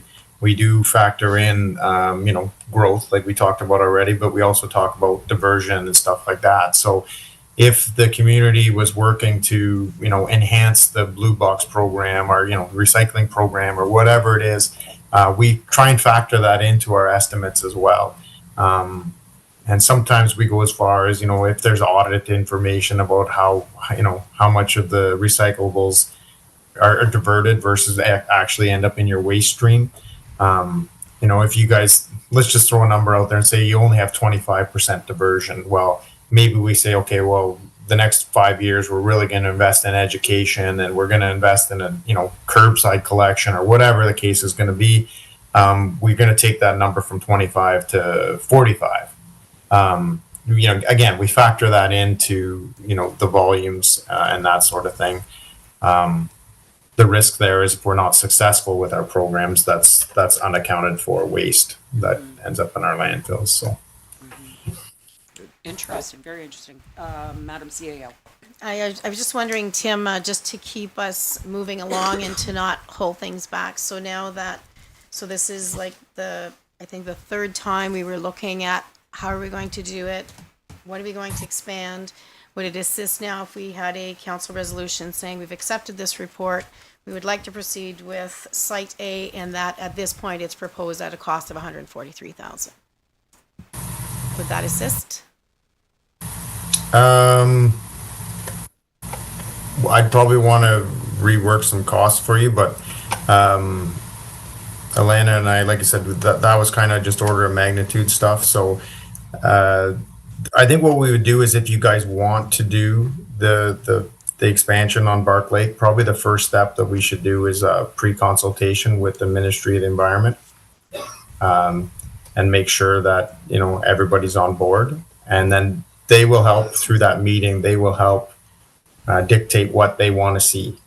They would say, they'll help lay out the process for us, and then from that we could scope out the actual works that are required. Okay, so maybe then. Yeah, sorry. I don't want you guys to carry 143 because there's design components in there, for example. And if the ministry says, no, Tim, we're not going to let you expand that. Well, I don't want to have design components buried in that number. I think for right now, Alana and I could probably work on a much smaller budget, just to make sure that we're, not getting ahead of ourselves, and at the same time we're checking off all the boxes with the ministry, and then depending on what they were to actually approve, that would dictate what the design would be, right? So again, I don't want to get too far ahead on the design numbers and that sort of thing, so that would be my recommendation. Okay, so maybe what we'll do then is we will have a motion, Sue, that reads that we will proceed with option A, expansion, and furthermore to direct Pinchin to enter pre-consultation with the Ministry of the Environment. Pretty open. And then after that pre-consultation, Tim, then clearly, bringing that back to council at that stage. But at this point, authorized to proceed with option A and setting up a meeting with MOE. Does that sound good? Through the chair, so I have a resolution for consideration that council and committee recommend council accepts the feasibility study from Pinchin for the Bark Lake Waste Disposal Site, and that council supports proceeding with Site A, which is the expansion of the existing Bark Lake Waste Disposal Site, and that further council direct Pinchin to proceed with pre-consultations with relevant ministries, including the Ministry of Environment, and report back to council. Excellent. And as chair, I will move that motion. Seconded, Councillor Poplinski. All in favor? Unanimously, all in favor. There you go. See? Quick, easy. Now the fun begins. Yeah. And in 14 councils in the future, they will finally have.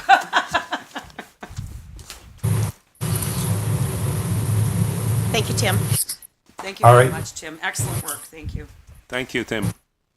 All right, thank you, everyone. I appreciate the time. All right, we'll disappear, and then I'll probably loop back in with Hillary and see if anyone from the committee wants to, or council wants to be in that pre-consultation meeting, or maybe Hillary as a minimum. Okay, sounds great. I would Correct. think so, yes. Recommend Thank you, Hillary. Alana, All right. too. Thank you, Alana. You're little. We can know you're just little tiny up the top of the screen there. Thank you. All right, bye now. Bye. Right. Okay, so I think that concludes this portion of the Operations Committee. And it'd be nice if we could take a 5-minute or 6-minute break, just 5 or 6 minutes even, or longer, I don't. Yeah, I have no problem with that. We do need for the next committee, or who's bringing that report in? Through the chair, I'll just be speaking to the report. Oh, okay. Motion then to take a 5-minute recess. By Councillor Poplinski, Councillor Blank seconded, all in favor? Okay, we'll see you at 11:45.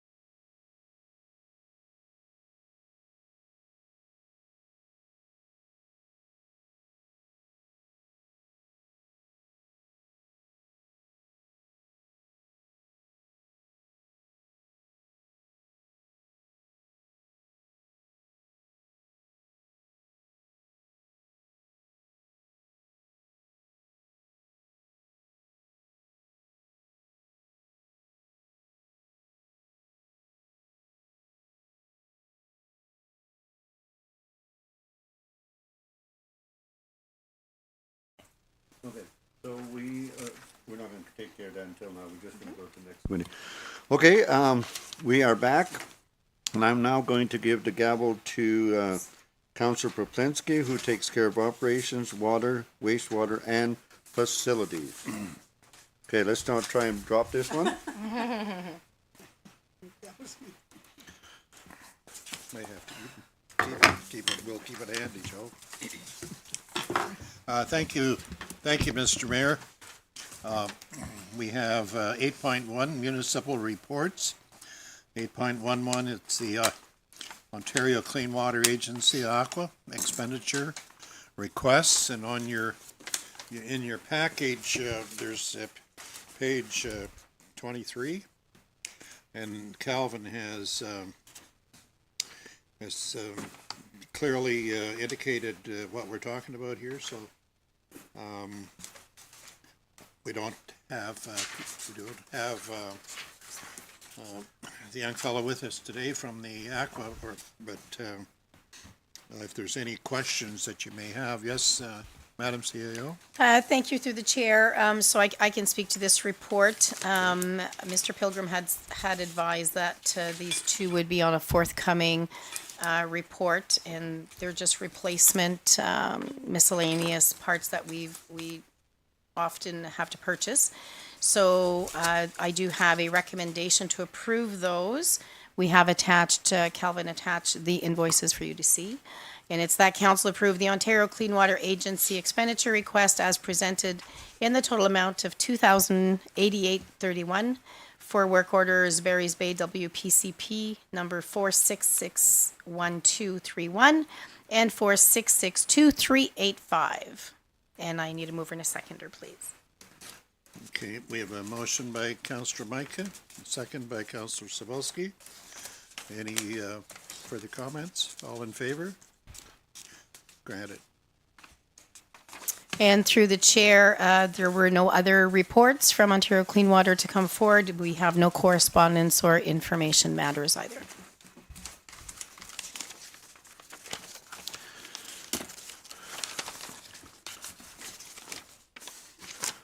Okay, your committee report is in, sir? Yeah, I'm just, if you just bear with me a second Okay. here.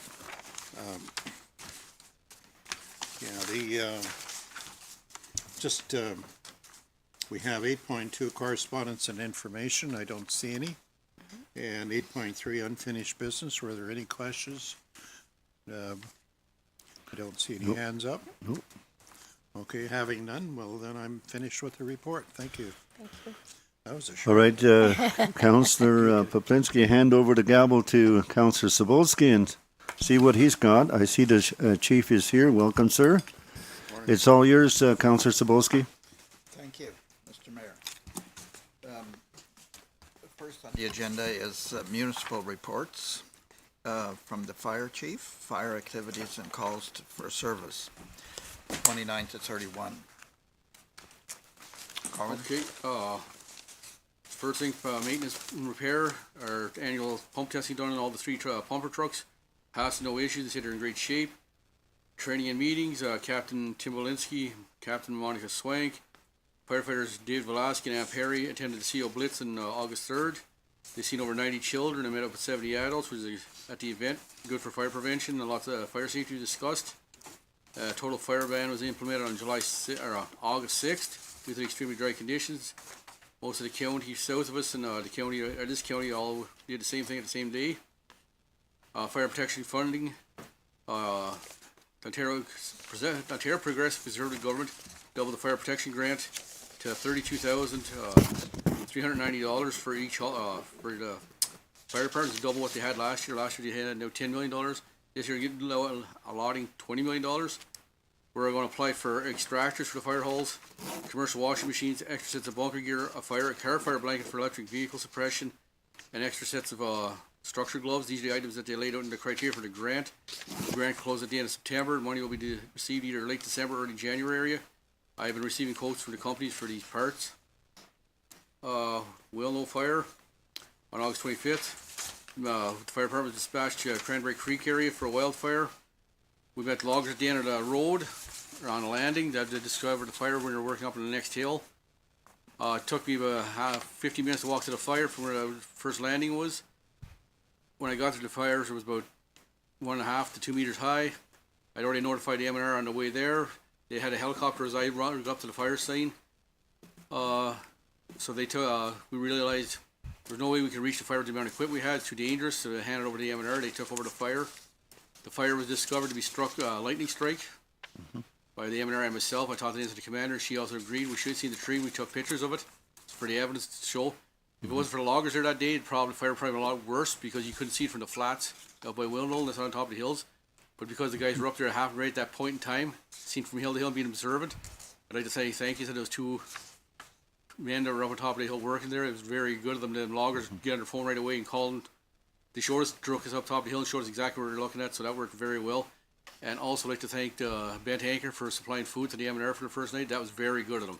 They supplied for all 14 firefighters that were up there without a cost. Like, yeah, it was exceptional. They were very thankful for working that hard, so I'd like to thank the Bent Anchor on behalf of the township and the fire department because that was excellent. That's up and beyond. So I just want to tell you thanks about that.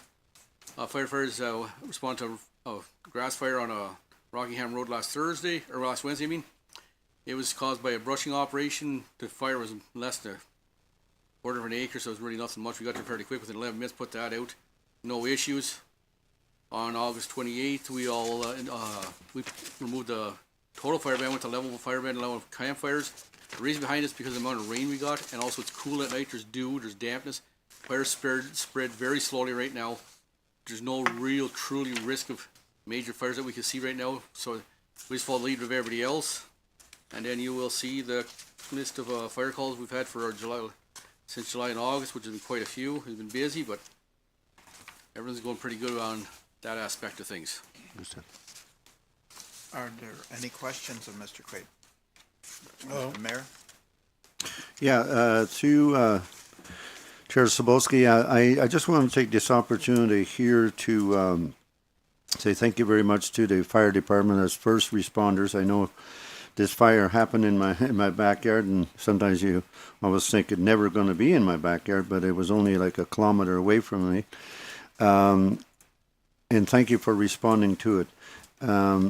You identified it as something that our fire department couldn't take care of, but at the same time, you made that call to M&R. Yes, we were very fortunate. There was people working in the bush, and they did smell fire and so on. So everything went really, really quick. Evacuation. When I found this out, and my wife, we got ready to evacuate. And that's something I never thought. You see it on television, but I can see the tension that can happen in a community when there's a fire that close and that. So, and I'm so glad that the M&R did respond really quick. And again, also for our fire department. So thank you very much. Thank you, Mr. Mayor. Any other questions? I do have, if I may. Or dealing with the false alarms, and I may have asked you questions about this before, but you had a number of 10 during the month. Is that high? Is it the same people, do you think, or what's the... Two were the same people, so they sent bills for cost recovery because they're up beyond the 2 alarms, so they're into like 3rd and 4th alarms for the year. Okay. So they have been sent a bill for the fire department due to their scheduled fees, so they have been sent bills to recoup our costs because that's what I call frequent flyers kind of thing. They're not. Okay. So 2 of them have been sent that. Yeah, and the reason I ask as well is because I know how they work on a point. The firemen work on a point system where they get compensated. Is there a minimum of 3 hours or whatever for every fire? 2 hours. Minimum 2 hours. 2 hours, okay. And it's not at the point where that's a major issue dealing with the budget, is it? No. No, okay. No, and it's just something that it's good to know, and that they do get compensated, for that. In some cases, it could be longer if, if you had got called out of your zone to. Oh, exactly. The various way. Okay, thank you. Thank you. Councillor Blank? Yes, those 10, those are from the year, right? Not just That's the month. for the year, yeah. That's for the year. We had not just the month. 4 between August and July. two are to one location, Okay, and one is to another location. It happens frequently, so I'm saying those were okay. sent bills for like the, And hopefully it won't happen now that school has started again? we're hoping so. We're hoping. Okay, They thank were- you. So are you going to be visiting the schools? We usually do an annual inspection. I was waiting for the schools to get back to me to when they want to do it, depending on their schedule, but we do an annual inspection. We also do a safety talk to the college. Good, okay, Again, we explain the Oh, rules okay. between bylaw and fire, like, so they know the rules are not, okay. it's not a free-for-all kind of thing. So they are proactive that way. They've already communicated with me to, hopefully, I think in next week or the week after, we're trying to figure out a date between those two. Good, It'll be done shortly within the next 2 weeks, so we will be having a chat with the okay. college. The other thing I want to comment on, and I think everybody would see it on Facebook when the fire broke out at Cranberry Creek Road, and that there was a lot of stuff on Facebook, a lot of pressure to inaccuracies and stuff like that. And I appreciate your response to those by spitting out statements based on MNR and official documentation. You waited to get all the information from MNR without running off saying this is going on, because there was enough fear-mongering online on Facebook about the fire. And I'm glad the mayor's okay. Yeah. But I appreciate your steadfastness and your work on that, because that shows leadership, and it also shows that you're supporting what's happening. So I do appreciate that, and I think all council does too. Thank you. Very good. If I'm, oh, Councillor Micah? Yeah, I concur with Councillor Blank, with regards to speculation and conspiracy theories and God only knows what else that was going on social media. And I'm very appreciative, Corey, you've dispelled those rumors. This had nothing to do with loggers. Loggers were a half a kilometer away on a different mountain. That's number one. Number two, it was a lightning strike. It didn't have, there was no roads to even get in there. It was not set. It wasn't to do with spraying. It wasn't to do with any of that stuff. It was a lightning strike. And one thing, just for the record, as we know, and you know, people didn't believe it was a lightning strike because it was sunny that day. And what people need to understand is lightning can hit a tree and it goes down and can smolder into the roots. You're the fire chief. I think you're the one that actually told me this many years ago. That's correct. Could smolder for 2 weeks in the roots, It or was. a week in the roots. And with the right wind and heat and conditions, it can flare. That's correct, and that's exactly what we see. We see where it hit the tree. Tree split up about 10 feet, right in two. You can see where it burnt down to the roots and how the fire spread out from there in three directions. Out the roots about 7 or 8 feet out from the tree itself. That's where you see. And we had a thunderstorm that Saturday night. Yep. It was windy that day. It got hot, and that's exactly how we determined it. The MNR official report says that also was a lightning strike.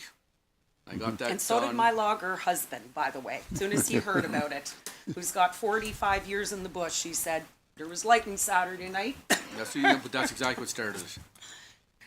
Anyway, thank you, Corey, because that was scary. It was scary. It was good. Yeah. thank you, But it was well done. Councillor Lipinski? Mr. Chair. Thank you. Sorry, I'm not, just one Of more course, thing. oh, sorry. Sorry, I'll just finish. The report, Sue, because I know I was confused on this report prior.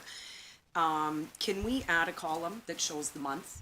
We can keep this one because that's total accumulative number of calls up to the end of August. Do you know what I mean? Can we just add another column that shows the month?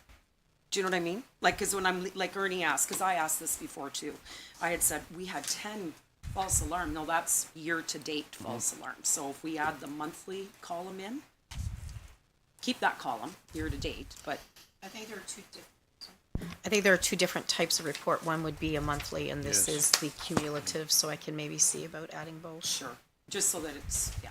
Okay. Because I know, I think a couple of meetings ago, I asked Yeah. the exact same question. Okay, thank Anyway, you, so thank you. noted. Thank you, Councillor Thank- Micah. Councillor Lipinski? Thanks, Mr. Chair. Just a short comment. While that was happening, of course, they were still battling, I think, the fire north of Bancroft and the one south of Bancroft are right around that same time. So there were people down in our area were calling, and actually it was good to see the messages that everybody was putting out and giving good information. So I just, because it doesn't take long, as you know. I've been caught in those years ago when I was on the fire department volunteer in Radcliffe, and we had some fires like that, and we were halfway up the big hill up Sand Hill up the concession.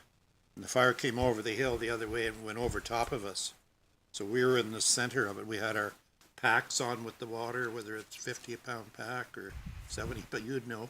But back in those days, I could get up the hill with the pack on the back. So, but it was a very frightening experience. And the one thing happens, and it can happen very quickly. So it's good to be informed, and thank God everything worked out and you did a good job. So thank you. Any other questions? We don't need a mover or a seconder, no? Okay, that's a committee, okay. No, any bylaw activities? Well, yeah, bylaw activity, this is for July and August. I received 3 property standard complaints. One's been completed. 2 other are being worked on. One that's being worked on, they said they were gonna fix the issue later this week or next week. I just got that call about Tim's before I came up here. So that's being dealt with. Hopefully, they said they're looking for somebody to deal with the grass that I mentioned, so they're looking for somebody to cut it, because they don't live in the area, but, a boat overnight mooring on the Barry's Bay dock. I found the owner, told him to get the boat out of there. He can't be doing it. It's not a free-for-all. It's for people that leave their boat there while they'll unload and load, and it's to go boating, not a free, docking area. New signs have been put up both here and in Commerce, so that hopefully the issue is fixed, but I did speak to the owner. That's been done. There was one dog complaint on Wadsworth Beach. The owner didn't want to get the dog off the beach. He got confronted with me, so they ended up being charged. The dog did leave, has been stayed off since. I've checked many times, but that's been dealt with. And to follow up the trailers on municipal property in Beaver Lake, up on Basin Depot area, all trailers have been removed. That was with coordination between us and the MNRF, the Motion Valley Park Wardens. So signs have been also erected, so hopefully that's been fixed permanently. They have also put up signs to not allow camping in that area on the Crown land for that reason, for fires and other things, and one of the garbage that was put there. So that issue has been resolved and closed. Okay, thank you, Corwin. There's any correspondence and information? No? Sorry, just, oh, sorry. Sure. It'll be under unfinished. Go ahead, sorry. Okay, on next item 9.3, unfinished business. Shelley? Yeah, I just wanted to, you weren't here when Mike and Hillary were here, and we had at the last meeting directed Mike to have a conversation with you regarding the burn pile in Yes. Combermere, and he updated us that the two of you have been having those discussions. So I just wanted to acknowledge that, and this very much needs to be a team effort. It's not a roads department issue, it is a township issue. That will certainly require the fire department's involvement in that controlled burn. So thank you for that. I appreciate it. Yeah, Mike and I attended yard 2 and did check it out and looked at everything, come up with a game plan. So Good. I got my firefighters already. We'll discuss it earlier than that. Like back and forth, but they know the heads up. We know the protocol, and Mike and I are going to work together well on that. So. And then just on that, because these are conversations I've had with Mike and Hillary, and I believe Sue, I think going forward, we need to look at what we're doing there with that burn pile, and how to manage it more appropriately for a burn. You know, and that would require your input too, Corey. You know, we hit a certain size and we say we're at capacity now. Do we look at potentially 2 burn piles? Do we look at two burns a year? We could do a late spring burn while the burning is still, daytime burning is still available, and then a fall burn, because people are utilizing it more and more, and it is getting bigger and bigger. And I think we need to start looking at how do we manage that better. Put some protocols into, whatever. Yeah. So just while that's happening this fall, while it's top of mind, maybe that's, between you and the operations department to give some suggestions or, No, we'll work it out. We always work Yeah. well with each other. yeah. Okay, thank you. Okay. Any unfinished business? No? I would just like to take this opportunity to thank the Fire Chief, Corwin, for his absolutely excellent response to that Wilno fire. And as fate had it, that the fire just east of Doman Lumber. It was about 1 kilometer by the roadside.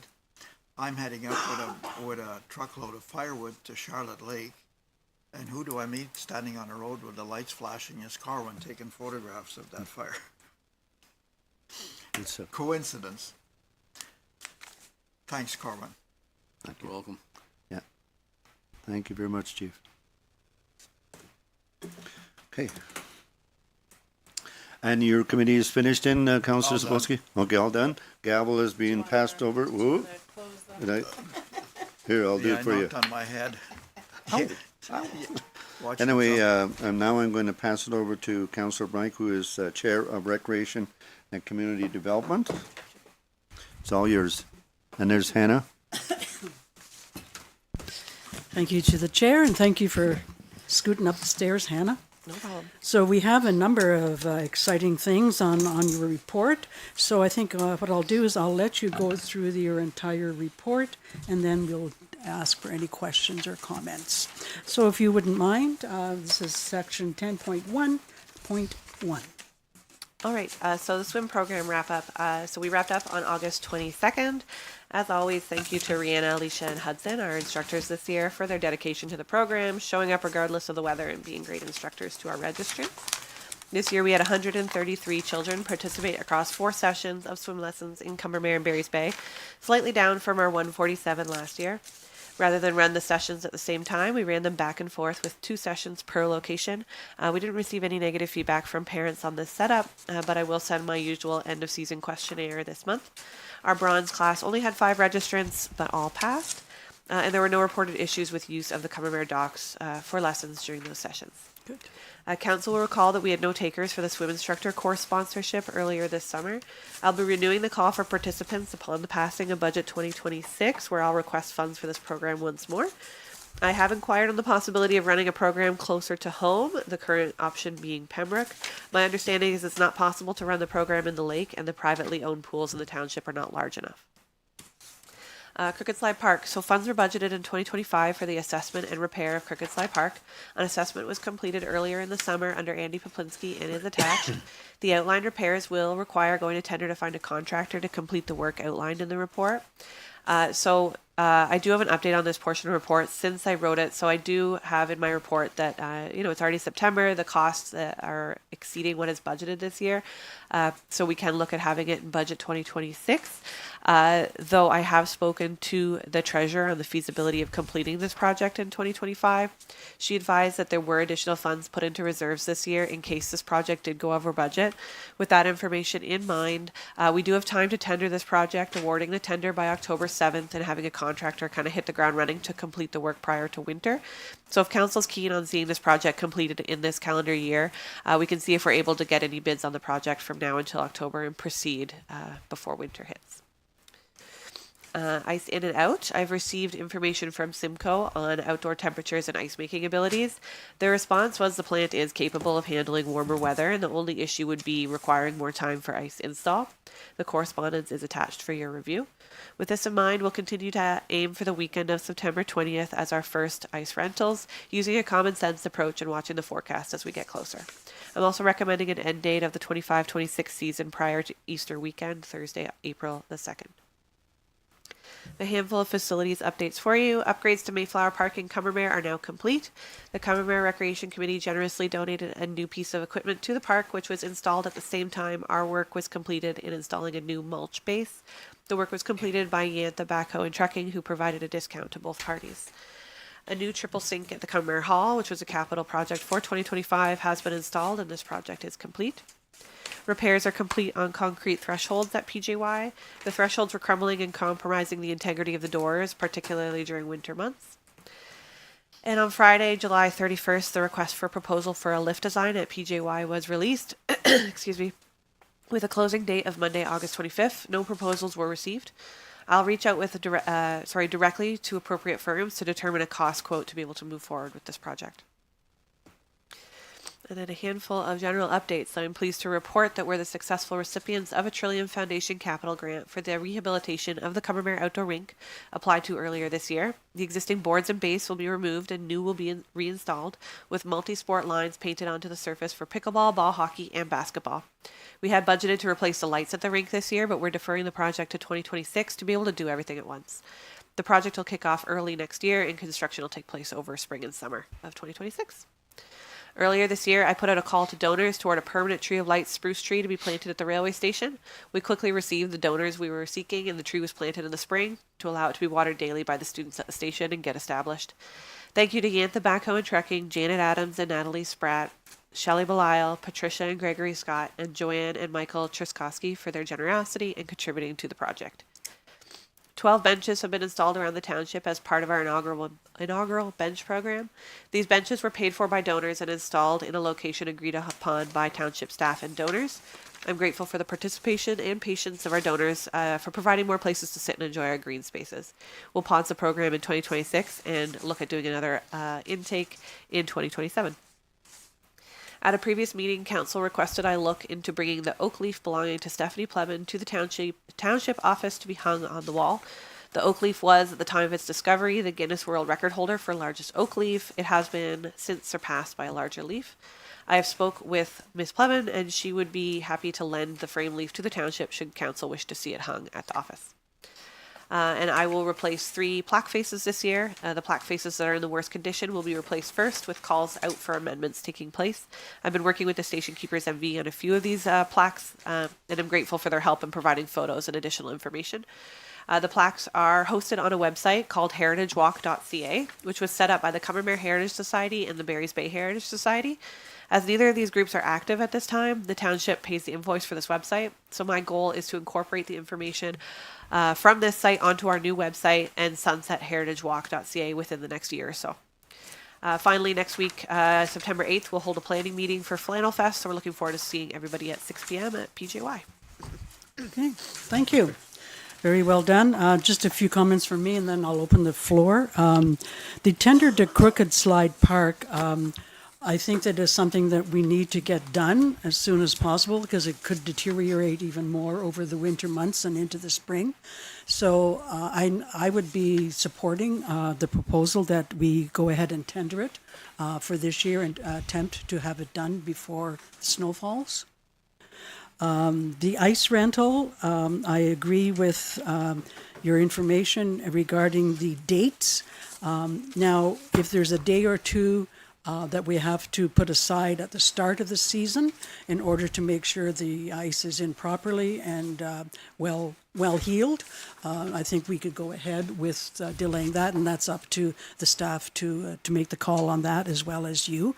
And I think that the date of April 2nd, I believe, for the closeout date is good because that's Easter weekend and we'd close down for 4 days and we're not making any money, but we're spending money. So I think it's important to remember that and to do that.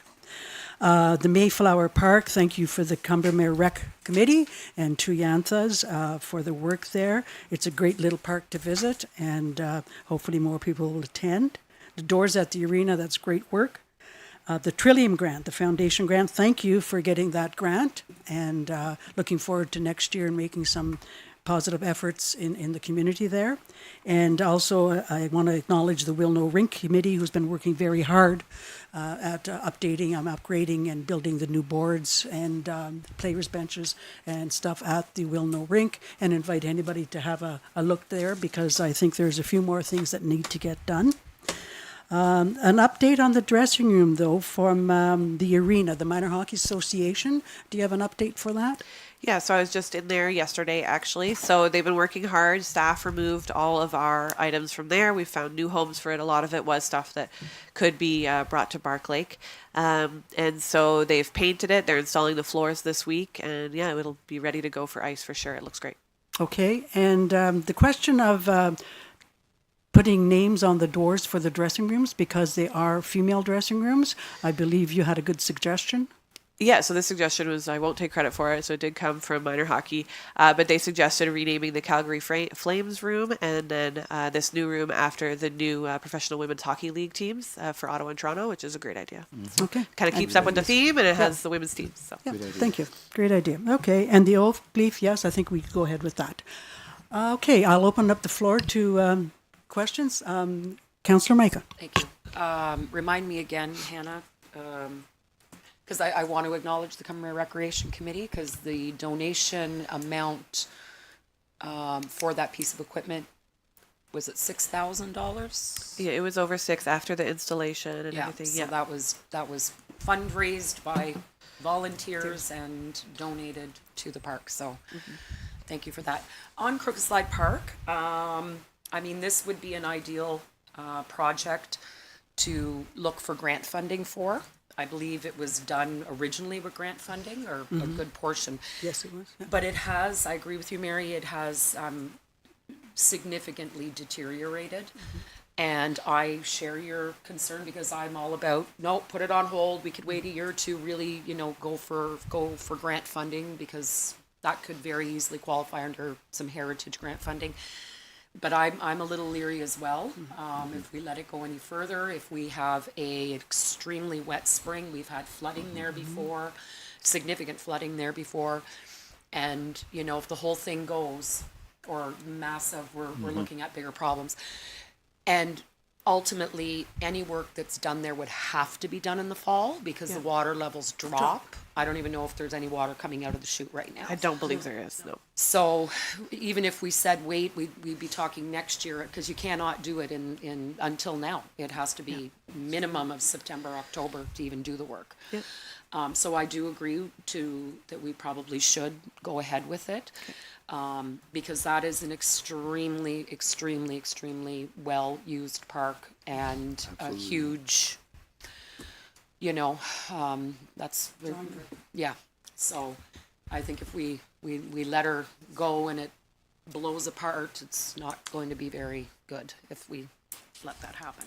I'm just glad it was caught in time. Yeah. So I'm in favor of moving forward with it on those grounds. And we do have the water tower, but we have been assured structurally it's not going to fall down.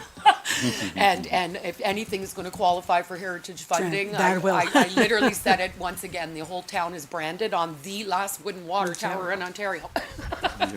Okay, thank you, Councillor Micah. Councillor Poplinski. Thank you, Chair. Just a comment about the Crooked Slide Park. But before I do that, I just want to thank you for what you're doing, because I think we're moving really ahead with that whole department that you're looking after. So Thank you. Continued success. In regards to the park, when that was built, the main entrance had a wonderful wood carving. Joe Mufferaw, Yep. Yeah. whatever it was. I'd made some inquiries when I was on council before, and Hillary said that caricature that's been damaged with bullet holes through it is somewhere stored. I don't know whether you've come across it. I haven't. I can But make I would inquiries. love to, So. and when we talk about heritage, there may be something that we may be able to get if I did the woodwork, I would do it for free, but right now I've only got one arm, so I'm in a little difficulty, but it can be done, and we have some people in our community, and it was, there's some very talented people that can work with wooden structures. I was on the hospital board in '88 when we did the one in the lobby, the St. Francis of Assisi. And now there's some gentleman, I think from Wilnor, Killaloe did it. But there's a lot of talent out there. There's people who would be willing to do that. But it's such a, as you indicated, it's very busy little place. I went in there several times during the summer, and it was a hard time to get a parking spot, which tells me, and the families are in there just having a great day. So if that was something that the council would want to pursue, if we've got it someplace, I remember some of the hunters in the fall mistaken it for a turkey or something and shot the head off. Up on the top. Way up on top, yeah. Yeah. But looking at you. Turkey shoot. Anyway. It wasn't me, I didn't No, but it is something that would really add its value. Yeah. I'll look into it for you. I can report back. That'd be great. Yep. Thank you. Thank you. That's it. Anyone else? Mayor? Yeah, on the oak leaf and all that, I did present it last time, and I'm hoping that council still can see the value of it being here. I know the record has been broken, but all records are made to be broken. Maybe we should start looking for still a bigger one, right? So, yeah, I think it's still a milestone, and I think I'm hoping council here would still approve that. Thank you. Anyone else? Hang around the wall. Okay, yeah, just hang it on. Yep. Yep. Okay, so if there's nothing else regarding any of your things, do we need a motion for anything? No, we had already put in capital projects, the tender? Crooked Slide Yes, okay. Park, and the treasurer has identified that through, was it the Parkland Reserve? Yes. We would have some funds that would qualify to be used. Was it Yeah, I the don't Parkland recall the Reserve? exact account, but she assured me that they Yes. purposely did that for this project. So we don't do need have the funds. a resolution, just Okay. direction to go ahead and tender that, Hannah. Okay, and there was something under budget as well, wasn't there, Hannah? I don't Or am I recall. missing it? Yeah, hopefully. Okay. The air conditioner. Okay, that's the next one. Okay, continue on, please, thank you. So my next, I have a report here about the capital project for the Cumber Community Center AC unit relocation. So I'm seeking a council approval to move forward with the attached quotations to relocate the existing unit from the, I say from the roof, it is on like a metal structure beside the center to the ground level. It's a budgeted capital project for 2025. As the quotation was received late last year, I contacted the contractor and they confirmed they would honor the price in the document attached. Good. The cost of pouring a concrete pad is not included in the quotation. However, I've received a quote for the pad, which is also attached. The budget for this project is $50,000, and the costs here are $48,250 plus tax. So I'm requesting we sole source this project, as I'm confident there are no other local contractors who could complete the work, and the projected cost is within budget. As per our procurement policy, I do require a council resolution to proceed. Okay, I think it's a good idea, and I think we should go ahead with it. Sue? Through the chair, I will read the resolution that council accept the attached quotations from Valley Refrigeration for $42,850 plus HST and SP Masonry for $5,400 plus HST, totaling $48,250 plus HST to be quoted to Cumbermere Community Center Capital, account number 015-2837-799998. Okay, the recommendation has been read. I will move. Do we have a seconder? Councillor Popinski. Any discussion? All in favor? Carried. Thank you. And just a reminder, trivia night, the library fundraiser is coming up as well, September 19th. Thank you. Thank you. Thanks, Hannah. All right.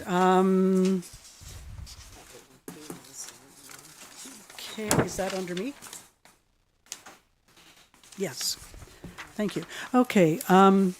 Under 10.2, correspondence and information, 10.2.1, fundraising request for Renfrew County Regional Science Fair. We received this as information. Have we ever participated in financing before, sponsoring before? No, I don't think Through the chair, I just asked if we had participated in this last year, and we had not. Okay, so I think thank you for information. And, yeah, sorry. Sorry, if I recall from memory, many years ago, there was a relative of a member of council that might have been there, and they might have did it once, but generally no. I can't remember. Okay, thank you. And any unfinished business?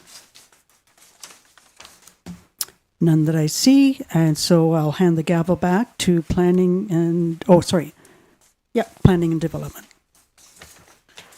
And we have Janine in the waiting room. Yeah, Janine is, yeah, okay, so.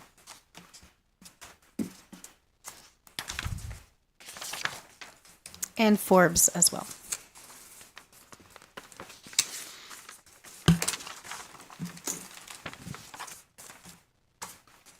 Okay, looks like Forbes in here. Yep. Okay, so, we're ready to go. Janine is there too. Okay, so there's a municipal report 11.1.1, comprehensive zoning review. Yes, whoever wants to take over here. Forbes or Janine, it's your floor.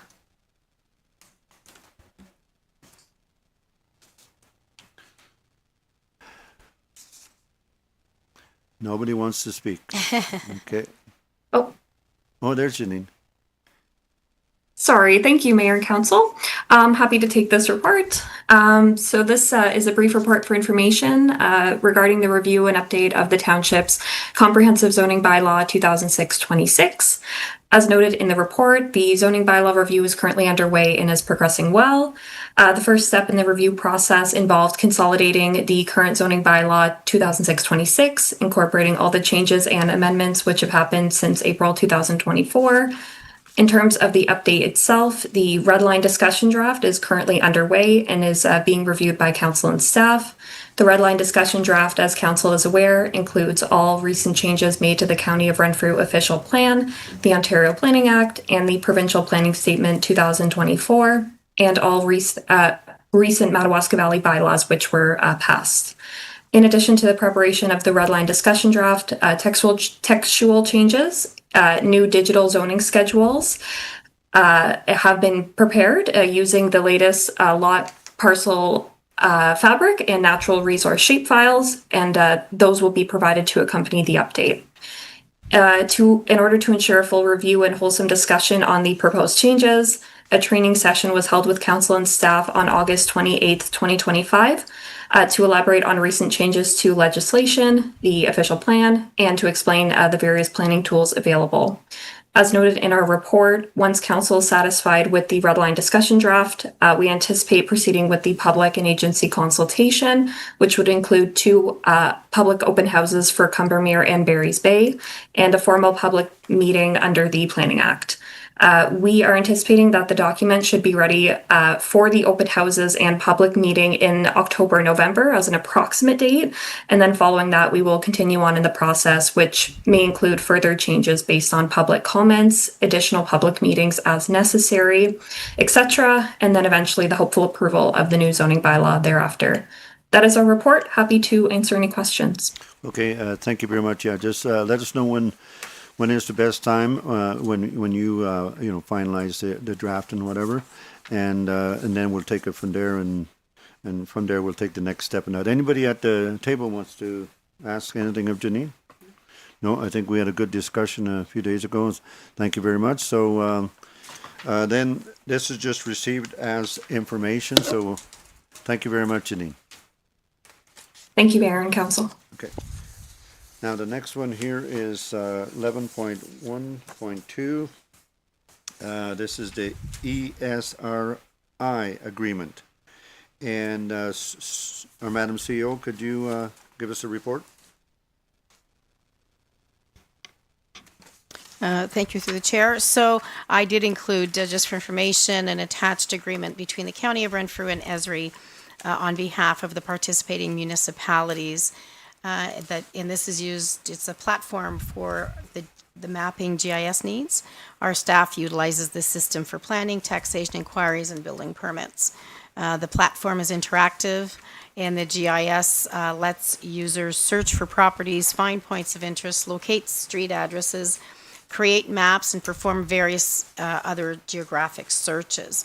So I wanted to also state that this allows, it's both a public site and a municipal access. So the public site, the platform offers both a secure login specifically for municipalities and a public site for residents that can access it.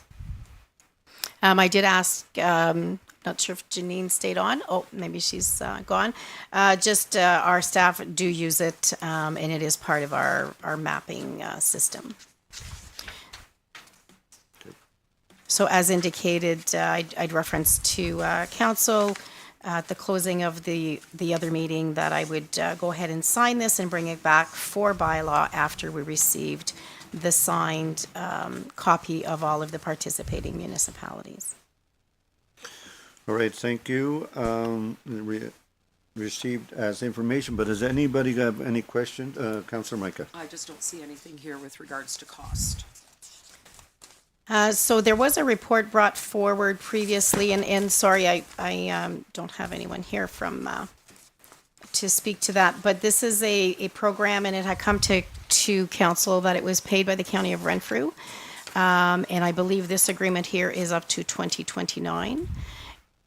And so there has been no cost to the municipality to participate at this point. Okay, perfect, thank you. Very That's good. a great answer. Very Best good answer I answer. heard all day. Now, there will be costs in the future. I think this was just part of an incentive, but I will, if I've misspoken, I will bring that clarity back to council. You got us high and then you got us low. Well, I'm just goofing around. Anybody else at the table here? Any questions? Well, seeing none, we'll continue. Under correspondence and information, Madam CEO, your report on that? okay, just need to find that page.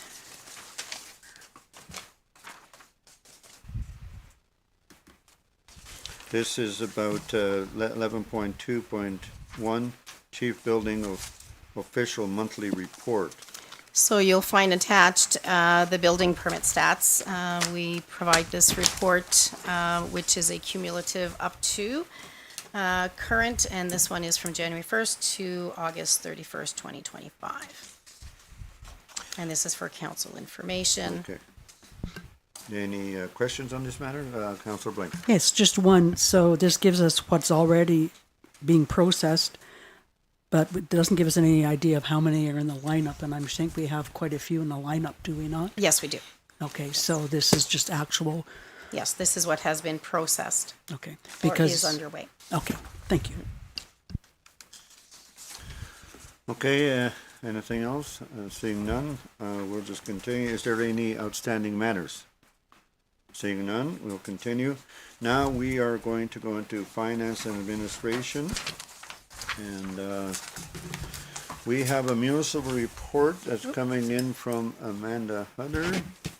And it's all yours, Amanda. Thank you, Mr. Mayor. So through you, Chair, I've provided the general ledger departmental reports on revenues and expenses to the end of August, August 28th. I've highlighted any overages or anomalies that I have found. And at the bottom of each department's report, I've provided explanations at the bottom of the pages. Staff in the departments have been provided these reports for their review as well. And they're always encouraged to request detailed accounts of the report.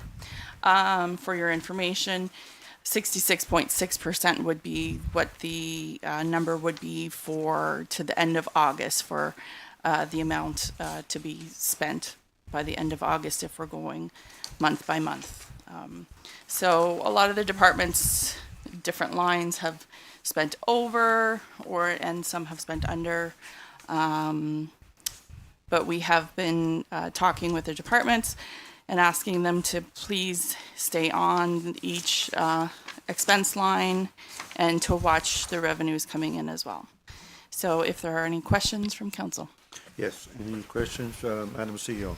Not a question, just a comment. Thank you, Amanda, for adding at the bottom of each department after consultation with the staff, an explanation for the overages on the different line items. But I think it's great that you've added the percentage as well of how much is spent on each of those departmental budgets. I think it gives a clearer summary. Thank you. Okay, Councillor Blank? Yes, I just want to comment on the library one. That's because the grant money has already been given, correct? That is correct. Okay, so that's why it's at that amount. And I do appreciate as well the different departments and their accountability, and appreciate having the factual what is going on. I think we can look better at it now when we're planning budgets, and I think that we're holding our managers to accountability, and I appreciate that. Thank you for your work on that, and to the departments. But that's it. Thank you. Okay, Councillor Micah. Yeah, I want to thank you for this as well, because I know I'm the preacher here on this. No, this is exactly how we should be doing it with you as treasurer. Yep. Any line that's approaching, I mean, things are bought seasonally, so there always is. Yes. You know, but if we're getting close to a max, if we're exceeded a max, it absolutely requires a discussion with the department heads. Yes. And explanations. Yes. And it's not okay to go over. I mean, the only way you go over is if it's some catastrophic, unforeseen failure. Right. And even now, you know, when I look at some of these and I'm seeing 70, 99%, 85%, 92% of budget, another conversation, right? To say, Yes. that's it for the year. Like, that's it. You have to wait till next year. Right. You know, and again, unless it's life-threatening, Right. emergency level kind of stuff, or putting gas in a car, you kind of need that. But Yes. you know, anything else, that's it. Yes. It's done. And through you, Chair, there are some lines that are, you know, they spend the specific amount early on or at this stage, and then it's done, right? Absolutely. So yes. For sure. Yeah, definitely.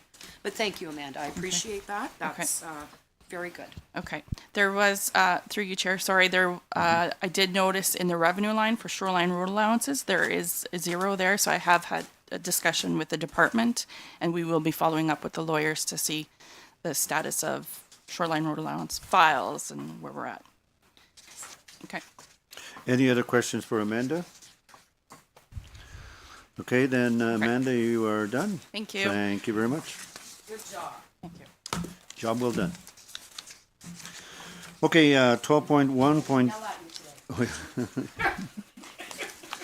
Okay, we appreciate that, Councilor Micah. No problem. Yeah. All the time. There's always two Yeah. Exactly. Anyway, 12.1.2, CAO Outstanding Matters, August 19th, 2025. Madam CEO. So you have the report before you. I'm not sure if you have any questions. It's just an update from some of the follow-up requested at the last meeting. I was asked to follow up and on three different matters, one of them being the civic addressing on the island. I was asked to find some examples so that the operations manager could look at them to reference some of the process and expectations of servicing islands that other municipalities are using. So the deputy clerk, thank you, Calvin, forwarded two bylaws for consideration that referenced how they deal with civic addressing, and they have specific wording in civic addressing bylaws that we may want to incorporate. So that has been forwarded to the operations manager for consideration. And also I was asked to follow up if there's an actual policy with Canada Post where it states that a civic address must be available for an individual. And I did attach a copy right from their website following notification from a representative that works for Canada Post confirming that, yes, this is a requirement. So I did include that for council information. Under the beaver nuisance bylaw, just to confirm again, I want to thank Calvin. He advertised for interest from licensed trappers to add their names to the municipal media platform. And Calvin, you have received a few? Yes, we've received 4 so far. Okay. That's very good. Thank you. So a list is being compiled, and there is some contact information that we will provide. Having said that, I did have a meeting with one of the licensed trappers that we at the municipality utilize, and he has given me some guidance and cautions, ensuring, I guess there's, even though you have your license, I have to ensure that they are insured. There are different through their associations. They have to be registered through certain associations to make sure that they are insured as well. So it's just something that I need to double check. So just so that we are aware what it is that we are promoting.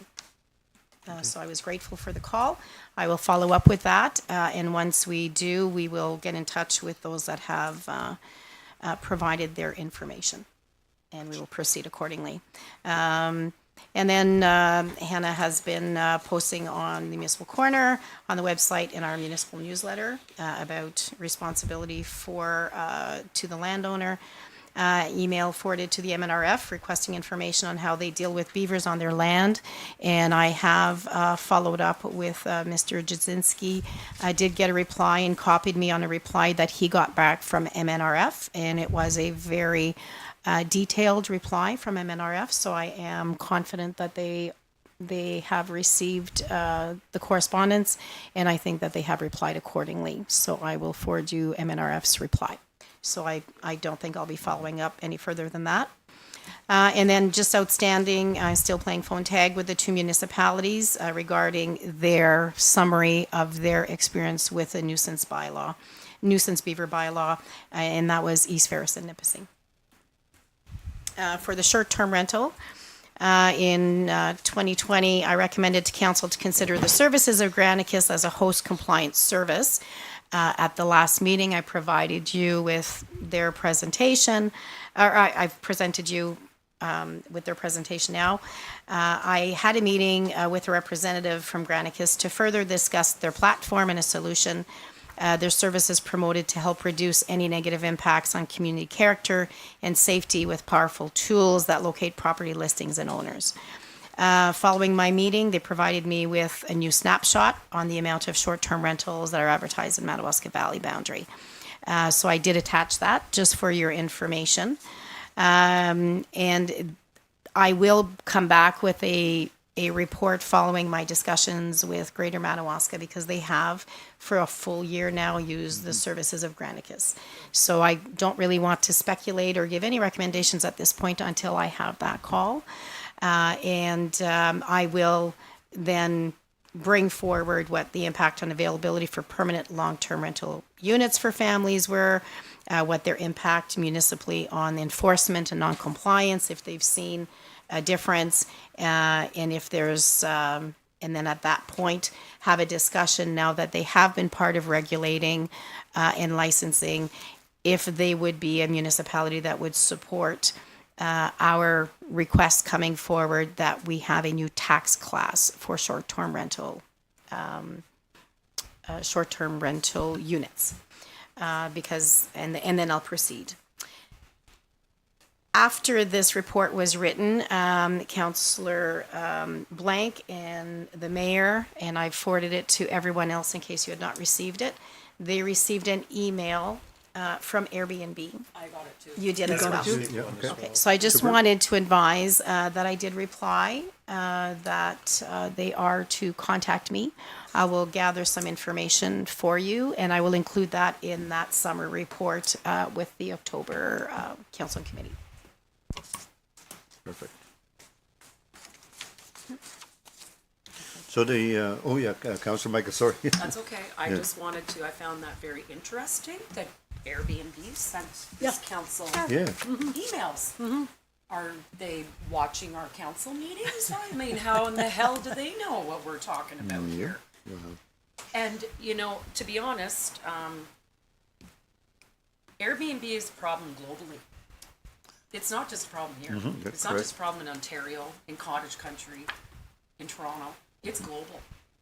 That's why they're You've got reacting. city Paris, London, Milan, the biggest, Rome, absolutely destroying residential housing because all these properties are being bought up by investors, big or small, and the local populations are being displaced. They can't even afford to rent an apartment to work in the city.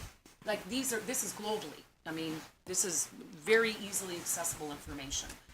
And they're no different in Toronto. You want to talk about a housing shortage in Toronto? Every time they build a condo unit with 300 units in it, you'd be lucky if you could buy 100, because the other 200 are bought up by corporations and Airbnb. So, you know, I don't know. I don't know. I just think it's really amazing that they would send us an email. I think you answered your own question. I'm just, it's a You did. statement. It's not even a No, question. it's a problem everywhere, and Yeah. of course, other bodies like us, we're all contemplating, we need to do something. Absolutely. And the word is out there, so they're trying to proact and keep everything they can. Understand, it's a business, however, we have our own business and responsibilities to the taxpayers. So we'll make a decision based on what our needs are, you know? No, I agree with you, Councillor Poplinski, and also Councillor Micah on that. I'm glad that they're reaching out. We definitely need to hear from all sides, and it's good that they'll be at the table, but at the same time, we're the final decision makers. Councillor Sabolsky. I just have two comments, one on the Airbnb. The municipality of Muskoka Bay just implemented a bylaw, a yearly fee of $1,000 per unit. The other comment I had was about the civic addresses on islands and why the post office won't issue a box number or a box without a civic address. And this, believe it or not, goes back to 1969 when in Quebec there was quite an uprising by people placing bombs in postal boxes. And Pierre Laporte got killed, and there was an abduction. And Quebec was the first province to require this, I believe. I could be incorrect on that. But when the boxes were being removed from inside the post office here, the regular mailing boxes, and you open up, you drop your letter in, to the outside, I questioned the employees. I said, why are you moving outside? I said, you know, you're exposed to elements. You have to pick up the mail at that time twice a day. And I was informed this was a safety issue. And eventually the policy came in, you couldn't get an inside postal box without a civic address in the area or somewhere. And this was to prevent somebody being ticked off at government or whoever, you know, at a municipality, their taxes were too high or anything they could have been upset about, placing a small bomb in a postal box that couldn't be traced. And this is basically for tracing and safety. So I feel much more comfortable. Okay, Councillor Blank. Thank you. Getting back to the Airbnbs on the handout from Granicus, page 5 or page 147, it says, what are your top priorities? And in listening to all our discussions in the last while and our concerns from our ratepayers, these are very important. They cover exactly what we're dealing with. And this page should be noted and posted if we can. If people are wondering why are we going after Airbnbs, this is exactly why. And I think this is a very good representation of what our priorities are. Thank you. I agree with you on that one. Yeah, the one thing is I know other communities have taken steps and stuff, and we've known about this problem before. So one thing we don't have to do is reinvent the wheel on this one. I think we can learn from other communities, right? So Councillor Popinski. Yes, thanks, Mr. Mayor. The CAO has mentioned that she's going to follow up with that, and I would, rather than have all of us saying the same thing, I think it would be, I would hope that she could, and I'm sure she will. Good. But you know, it's the information that we can gather, and so when we're looking at a bylaw to deal with it, it'll be a lot of those various points that, and perhaps others that are going to, because you can't go to the internet today and not see that issue. It's all over the place. So That's right. yeah. Okay, so I think we have covered that up very well. We'll continue here for 12.1.3, and this is the 2026 municipal election alternative voting methods. I know our Madam CEO is going to give us a report and all that, but we've been kind of discussing this here a couple other times before, and I think we have to make some kind of decision today, whichever way we're going to go. So, Madam CEO, give us a report, and then we'll take it from there. Thank you through the chair. So I'm not sure if you have questions on my report, but I'll go through it briefly. So the staff reports that have been presented to council date back to April, in June and August outlined all options of voting and alternative voting methods. Madawaska Valley has been doing alternative voting since 2006. From 2006 to 2022 was mail-in voting and in person. Staff, myself and clerk's department is recommending changing mail-in voting and in person to internet, telephone, and in-person voting using a tabulator.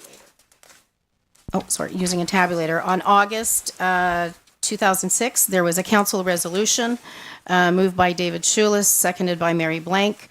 That council and committee recommends to council of the Corporation of the Township of Madawaska Valley to approve the use of in-person and internet voting methods with the addition of purchasing a vote tabulator for the 2026 municipal and school board election.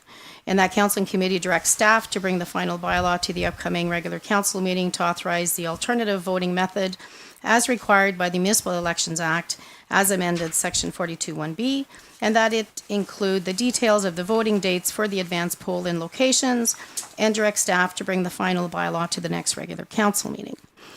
So this report is intended to bring clarity to the second part of that council resolution, which is to ensure I have clarity on the details of the voting dates for the advance poll and locations before I bring this to the bylaw. So I have put some background. In 2022, there were no advance polls, as the 15-day period was considered advance poll because they had access to the municipal office. In 2022, the one day to register, we did have a day to register the Valley Manor in Champlain at their location for their residents, and we're still planning to do that 2026. 2022, there was one day advertised to be in Commermere to assist in registering Madonna House and residents. In 2022, office had 3 staff available to assist for the time period from the mailing of the data fix of the voter package, which was from October 21st at the municipal office, to accept their sealed ballots to correct addresses, school board support, vote on site. Their votes went into a sealed box that was tabulated the day of the election close. This was deemed to offer more flexibility than one advance poll. 2022, PJYCC was the voting station for the day of the election, which is not a staff recommendation. So the council discussions that occurred on August 6th that I tried to incorporate into my recommendations. The CAO needs direction to include in the procedural manual in 2026 an alternate method voting bylaw. Add advance polling Commermere. I recommend one Saturday, 8 a.m. to 6 p.m., one of the 2 weeks before the election week, which would be the Saturday prior to election day. Discussion to not allow for internet voting for the recommended 10-day window. Since 2006 to 2022, mail-in voting allowed for the 15 days to submit the ballot or come to the office to vote or to verify if you're on the list or to change your addresses. I recommend the same process be followed, that dedicated staff are available 10 days prior to voting day to receive ratepayers at 85 Bay Street. The council chambers would have the tabulator, the screen to vote behind, one laptop if they wanted to do it online, or scanning of their ballot, and a paper ballot is given to them, and then it is inserted in the tabulator, the same process as is used for the provincial and federal election. I recommend the internet voting window be for the 10 days, as other municipalities have done for the past 3 elections. I recommend registration and voting one day at the Valley Manor, Champlain, for their residents. Polling stations discussed: PJYCC, Opeongo Seniors, Commermere Hall, Municipal Office. I recommend one advance polling Commermere Hall and the Municipal Office as a returning office, and for the voting day at 85 Bay Street. The next steps would be the bylaw accepting the alternate voting method with the locations of the polls, dates, and times listed. So I need council to concur that they would approve an advance poll in Commermere, and then that we continue to do the 10 days where residents can come in to vote in person and or change their addresses, continue to check if they're on the voters list and be added to the voters list and be printed a ballot if they're not on the voters list. In-person voting. All council members were adamant that the in-person paper ballot remain an option, and the municipality should give as much opportunity for people to come in person if they want. The cost of the paper ballot forms part of the agreement with the service provider, as it includes the cost of how many paper ballots will be ordered to have on hand. Internet voting modernizes the election experience for voters, as well as offers a convenient, accessible, and secure way to cast a vote. Voters can utilize a mobile device or computer to cast their vote and do not need to attend a physical voting location, which offers flexible voting times.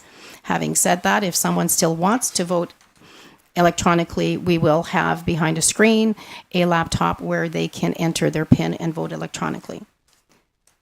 Electors receive their voting letters in the mail, providing the date of the voting period, voting website, and their personal unique voting PIN to cast their ballot. In conjunction with the PIN, it is recommended that the birth date of the elector also be inputted as an additional security feature. Internet voting offers benefits such as integration of accessible technology and enables the voter to identify errors in the ballot. So if they cast their vote and they forgot to vote for, if they forgot to vote for the mayor because there are two different ballots, it would say, "Are you sure you wish to proceed?" In conjunction with the PIN, it is this voting method also allows for automated election processes such as online ballot processing and striking the names off the voters list. This is no different than what we did with mail-in voting. So mail-in voting, you received your packet. We had many that wanted to come in person to deliver their ballots. They come to the office, they deliver their sealed envelope. It had a barcode. We scan the barcode and it would automatically take them off the list. Somebody comes in with their PIN for internet voting. It has an identifier on it. They decide they want to have a paper ballot to vote in person to see it go into the tabulator. And then there's a barcode. We scan their card. We take the card. They get a paper ballot and then we insert it into the tabulator to be counted. There is considerations made for voters who still wish to vote in person during the election, which I have just described. There would be option of going behind a screen and using a laptop or having your card scanned and be given a paper ballot to go behind a screen to vote. Your ballot is then put directly into the tabulator in front of the voter, as I've just read out. Our 2022 data fix showed there were 5,800 eligible voters.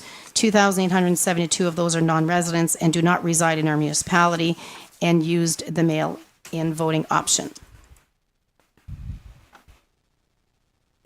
There were concerns identified. I did attach what a draft ballot card would look like. It was one from the town of Grimsby, just to visualize what it is that individuals would be receiving.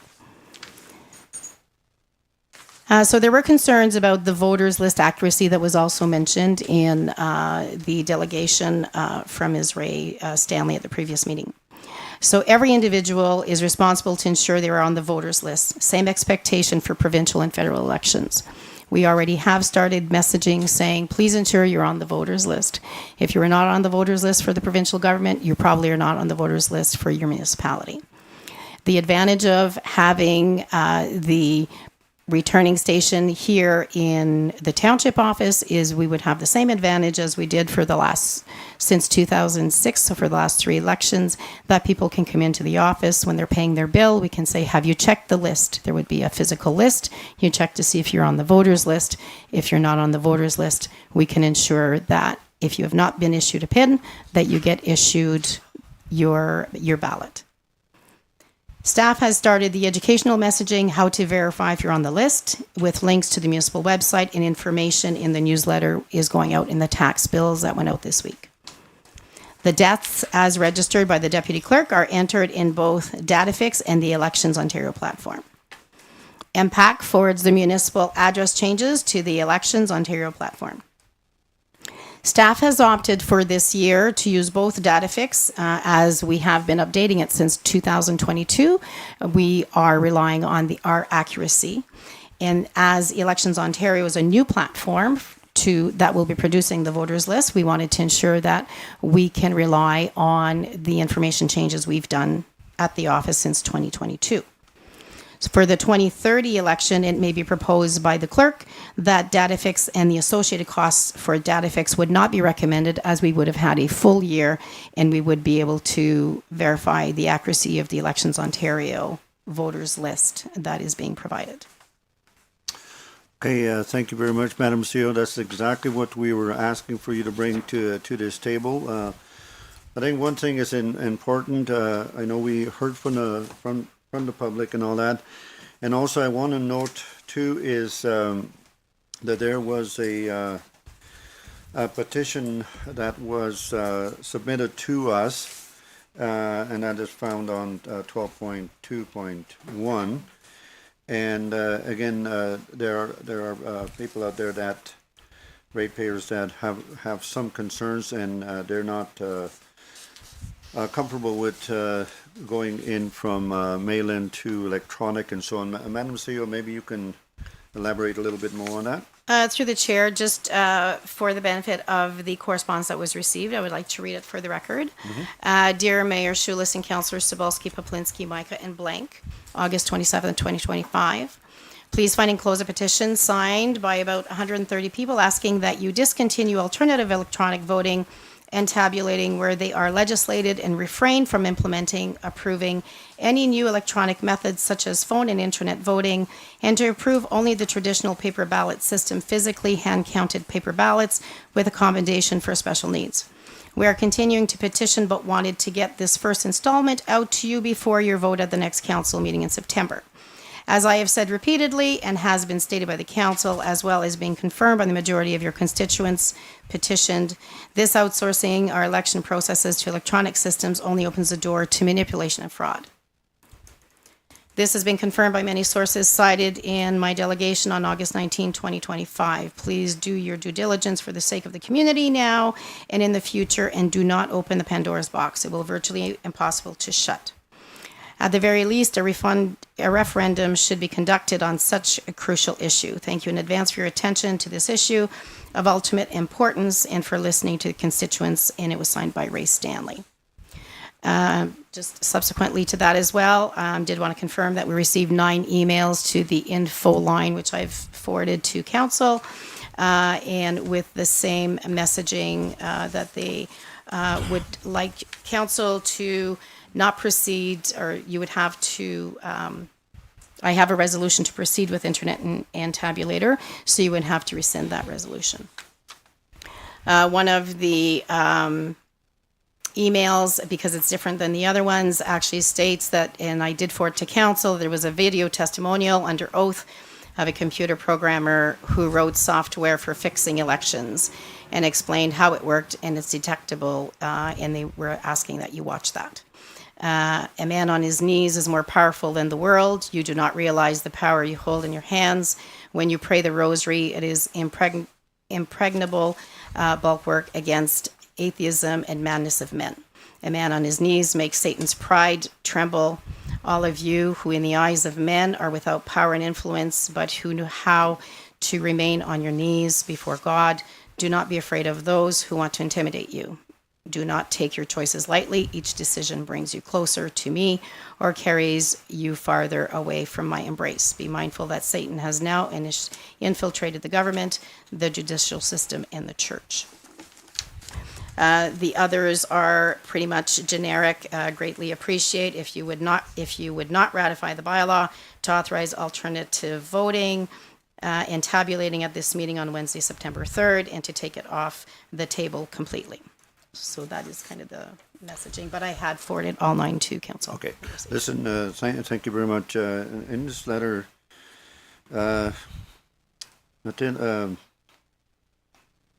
manipulation and fraud,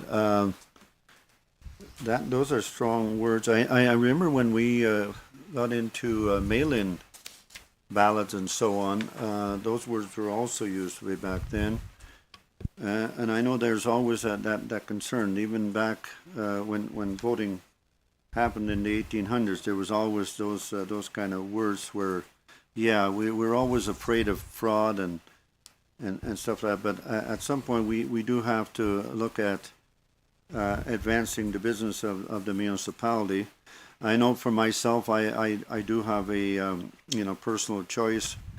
Just like everyone else, I have no problem with the electronic voting and stuff like that. I feel confident, but the one thing I want to make very perfectly clear that, and I think people need to understand, you can still go and vote in person. Matter of fact, I'm a traditionalist, and I'm going to vote in person at one of these polling stations and so on.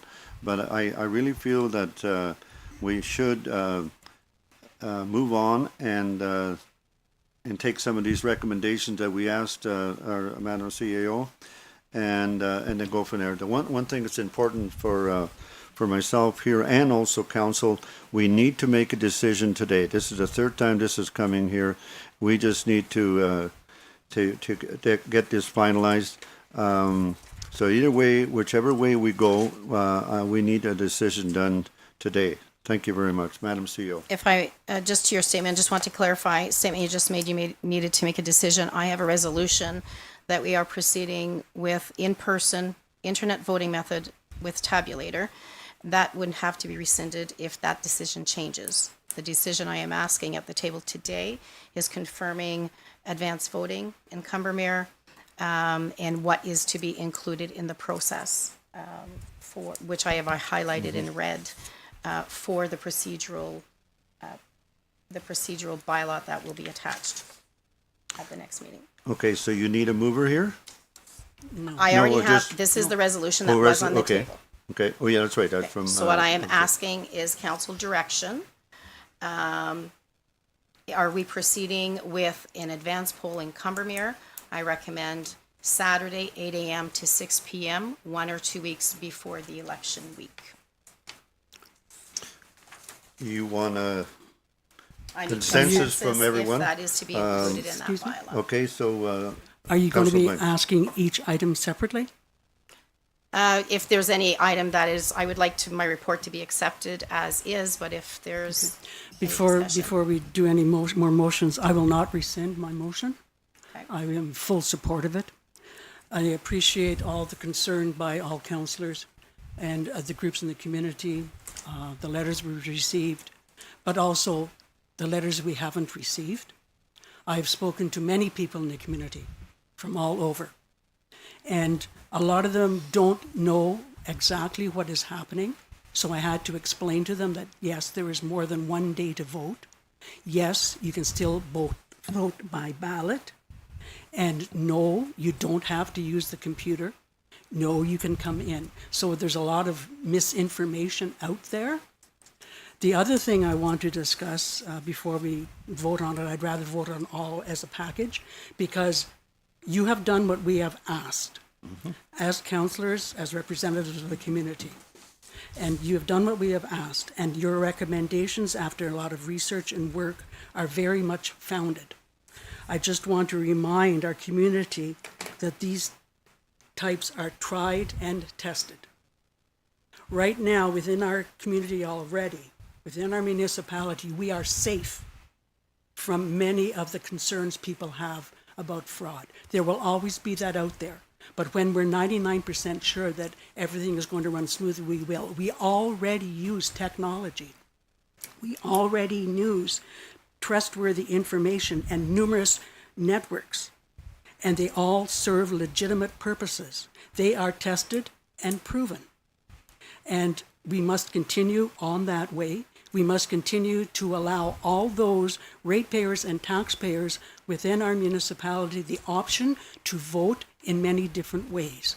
And by this, we have, it is safe, it is secure, it is positive, and the next council can decide at the next election, is that what we want to do?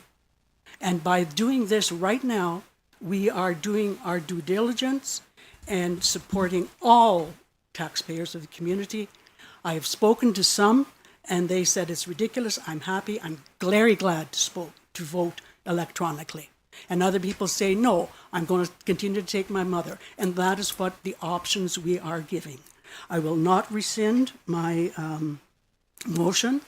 And I believe that the province and the federal government have proven that we in Canada are safe from any other places. Venezuela doesn't matter. So if we continue to go backwards with our future when it comes to electronic voting, etc., we are going to go back to 1919 and say, no, women can't vote anymore either. We have to move on.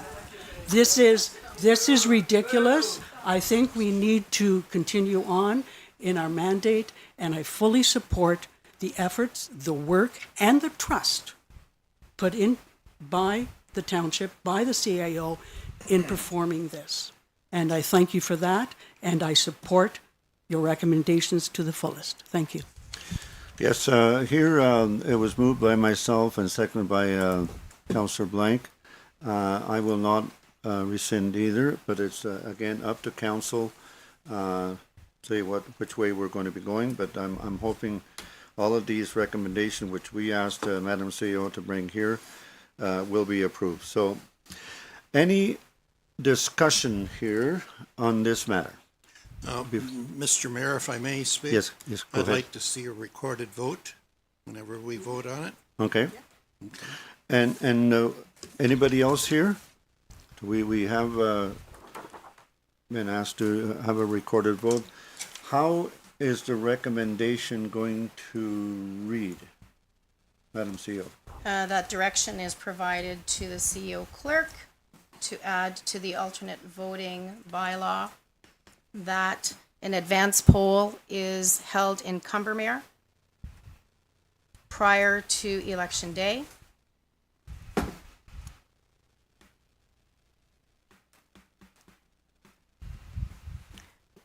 Where was the other one here? And that registration days be held at the Valley Manor and Champlain for the residents.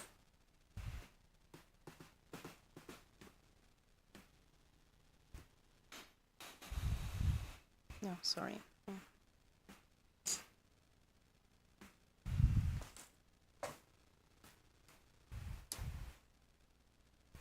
And that the returning office is located at 85 Bay Street. Anything else? Nope. Okay, so that's the motion. Looking for a mover. If I may, just go before you do that, so the whole point of the bylaw is to outline all of those steps. So this is the last step that I need completing this resolution that was approved by council to ensure that all of those steps are listed in the procedure for that alternative voting bylaw. I will move that. Councillor Blank moves it.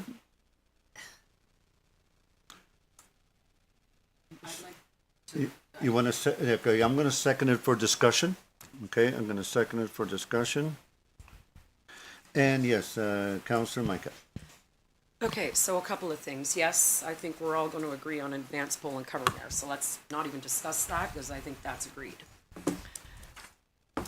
So there's a couple of things here that are being proposed that I have some trouble with besides we're talking about internet voting.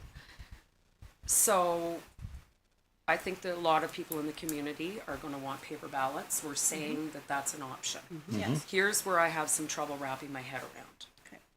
Because when I think of it from an efficiency point of view, trying to uncomplicate it, the only reason we're talking about internet voting is really vastly to do with not people that don't live here all year round. If we did not have such a high proportion of seasonal residents, Yes. There's not even a chance that I would consider this. But we do have a higher proportion of seasonal residents. And they tend to be on water and tend to pay the highest amount of taxes, quite frankly. So I think they should have every opportunity to be able to vote. What I have not heard is alternatives to the internet voting other than the mail-in ballot.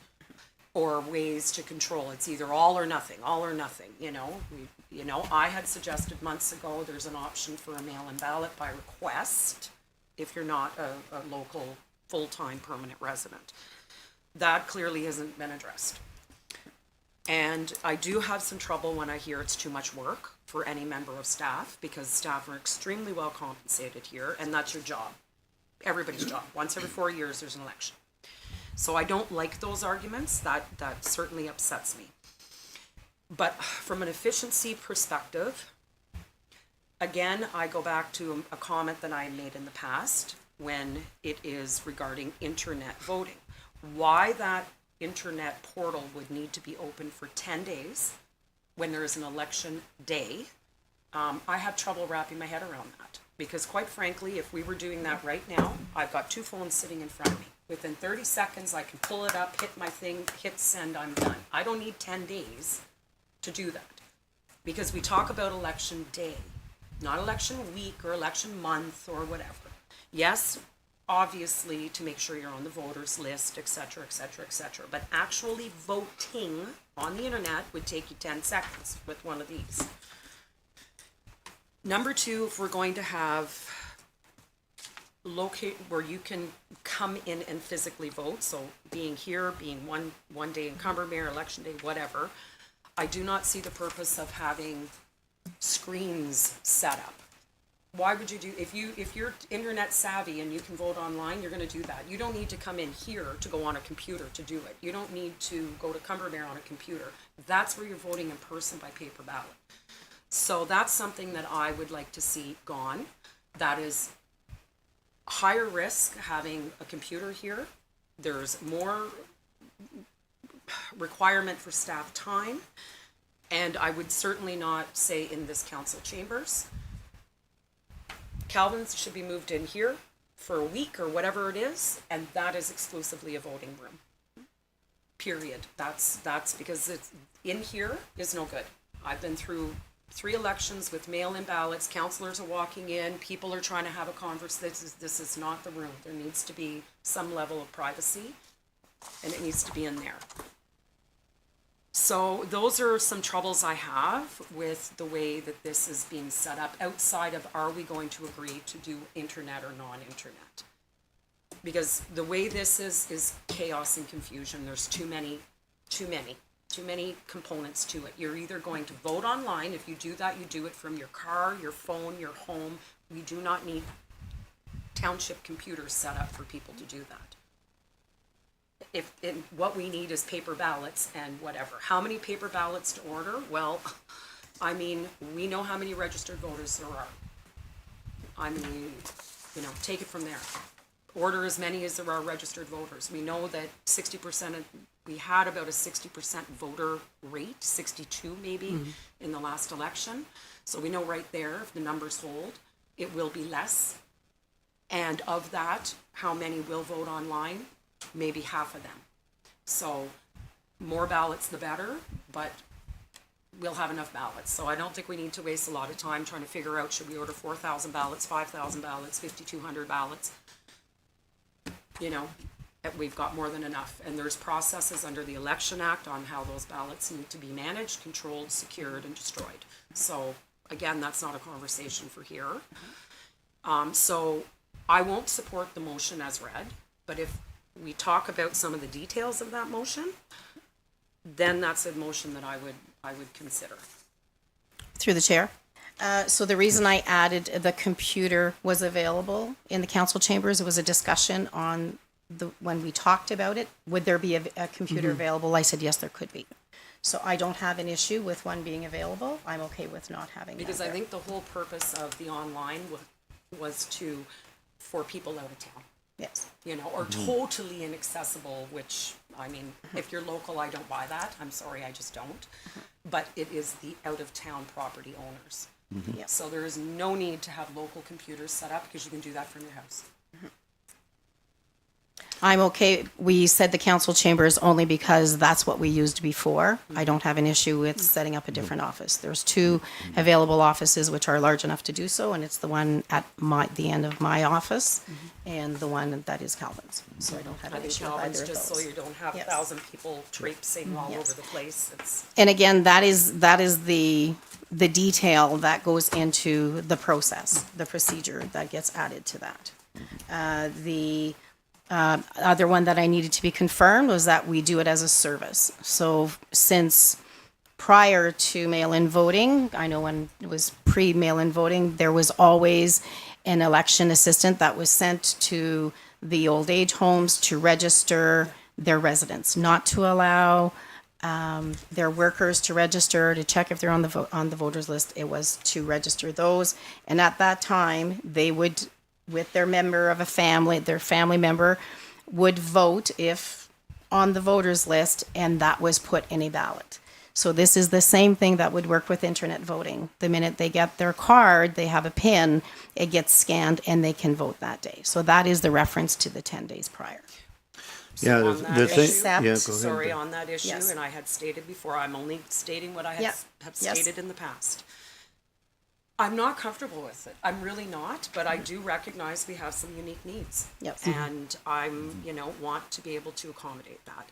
But again, I was very clear, I do not support that internet portal window for voting being open for 10 days. You can paper ballot 10 days, fill it out, whatever. I believe a 24-hour period, because again, I keep saying it over and over. It's not voting, it's not election month, it's not election week, it's not election 2 weeks. You know, a 24-hour window to vote, even that. I mean, normally the polls are open from 8 in the morning till 8 at night. That's it with your, so I don't support the 10-day portal being open. I think if there's going to be any insecure, any feelings of insecurity, the longer that portal is open and able to be accessed by some nefarious person out there, which I would pray on my life that would not be the case, but we're just that's creating a further risk. Yeah. But what is the difference between an advance poll? I mean, that's sometimes The 10 advance poll days would be before. paper ballots, David. There's not going to be any but- computers set up. but You fill even- it out and you drop your ballot in the box. Yeah. I don't believe it should be tabulated on site. I think they should be secured and it should be tabulated the night of the election. Feed them in. I want to hear from Councillor Blank. Sorry, Oh, can go I ahead. comment on that? So what is the point of the tabulator? Because now we're adding Just an, speed up the we're, vote, the count. That's Yes. the biggest concern here is Yes. how long it takes to count the ballots. exactly. So to your point, not having the tabulator at the advanced polling is adding another. Now I'm going to have a box that I'm going to bring and I'm going to be doubted. I'm going to have to call all the scrutineers to come Then- and say but- that's coming But from there. scrutineers So now can I have watch. to order. Scrutineers will be there. Watch that being fed into a tabulator. Yes, and the voter sees you putting it in, same as a provincial election, if the tabulator is on site at the advanced voting. Well, Because that's what they do I at could be advanced possibly voting. swayed on that, you know. but I'm not for the 24-hour voting window. I'm Okay, just for the 10 days. Sorry, 10 days. Just Right. I would like to hear from Councillor Blank, please. Thank you. I agree with some of your comments, absolutely. The voting tabulator is important because it will add extra work. Now, since we are going to have a week before, we're going to have the advanced polls down in Cumbermere on a Saturday. What day is election day? I believe it's on a, 26th? yeah, I don't know the day of the weeks. I want to say a Monday.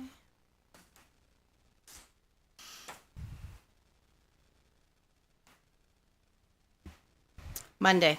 Okay, I would like to propose, because we used to have a 15-day period to submit ballots, and the suggestion of 10 is good. I don't agree with just having one voting day as election day. I think we need to accommodate unforeseen circumstances in people's lives.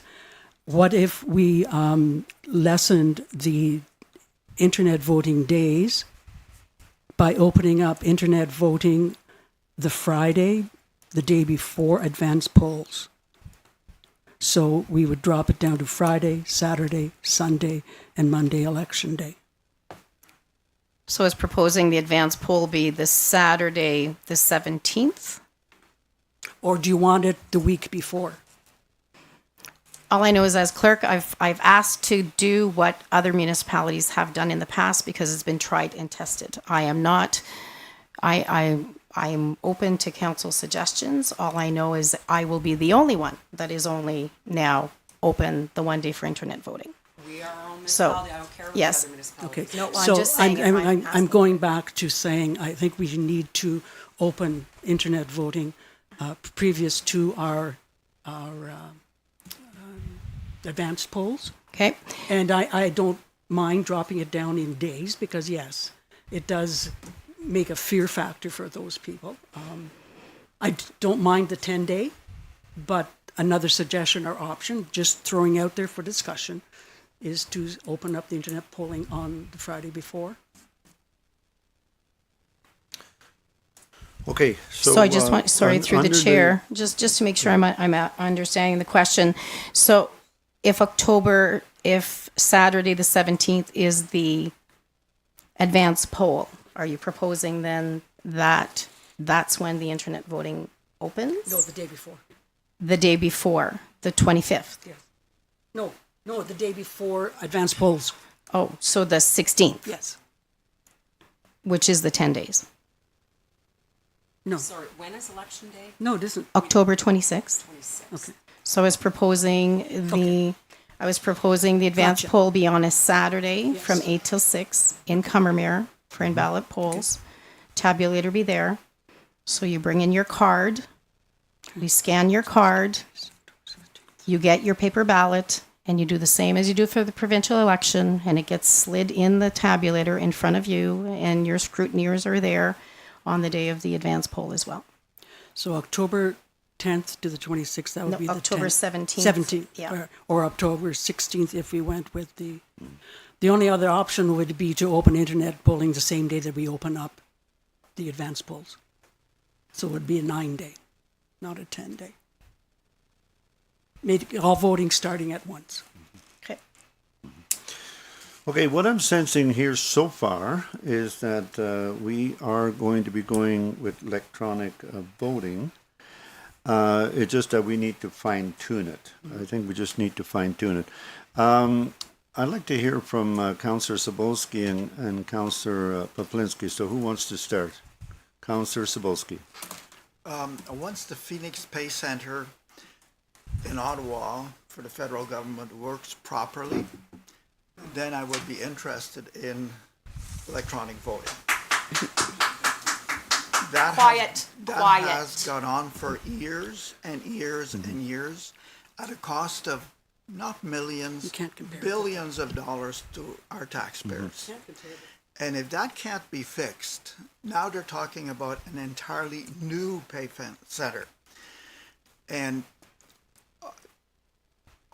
large organizations like large hospitals have put up and shut up, meaning when they're hacked, they need their EMRs and they just don't bother even reporting it. They just pay their millions. And that has happened in Toronto. I believe the Toronto General Hospital. And once I don't see these things, I could certainly support this. You know, when the Model T was put on market in 1917, 1909, it was going to devastate the world. Well, it didn't. They built actually 5 million of them. And that's where people got better pay because Ford was paying his employees $2.50 an hour a day. And they didn't like the production line. There was opposition. I know I'm going back in history, but I think this is relevant to think about this. So what did he do to make the people happy? He paid them $5 an hour. And then all of a sudden he realized that his cars were $850 a piece and not too many could afford it. So he managed to bring the cost down to $260. So his employees became the best customers. And if you read history, there's always been turmoil. And I see turmoil with this in our council. Okay. And yes, I can support it when you can prove it. But I don't see proof anywhere. All I see are mishaps. Okay, so you're not in favor of electronic voting at this point? Absolutely not. Okay, very good. Or even electronic tabulating. Okay. Okay, so I do have a resolution on the table. Yeah, but I just want just the opinions and views, and then we go from there. So, Councillor Poplinski. Thanks, Mr. Mayor. I think that we've all tried to get more people to come or to have a vote in the election. If we've got 5,500 people here and we're getting 40%, I don't think we're doing 40, but even if we do, that's very low, but it's like 30%, I think, across the province in municipal election last year, some of the statistics that I read. So are we going to achieve a greater participation by the electronic voting? I must say, I have to express a lot of the same sentiments that Councillor Sobolski has just done so well. And I really think that we need to Yeah, we can fix some things. We can have some advanced polling. We can have some issues of concern, perhaps.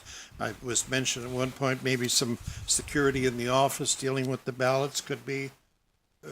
Those are little things. Those are things that we can deal with.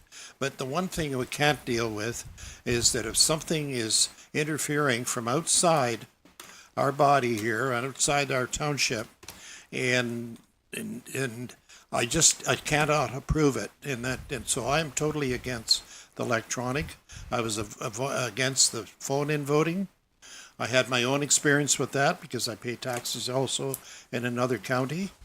And in that case, there was 13 people, I think, running for one position. So you had push one for so-and-so, push two for somebody else.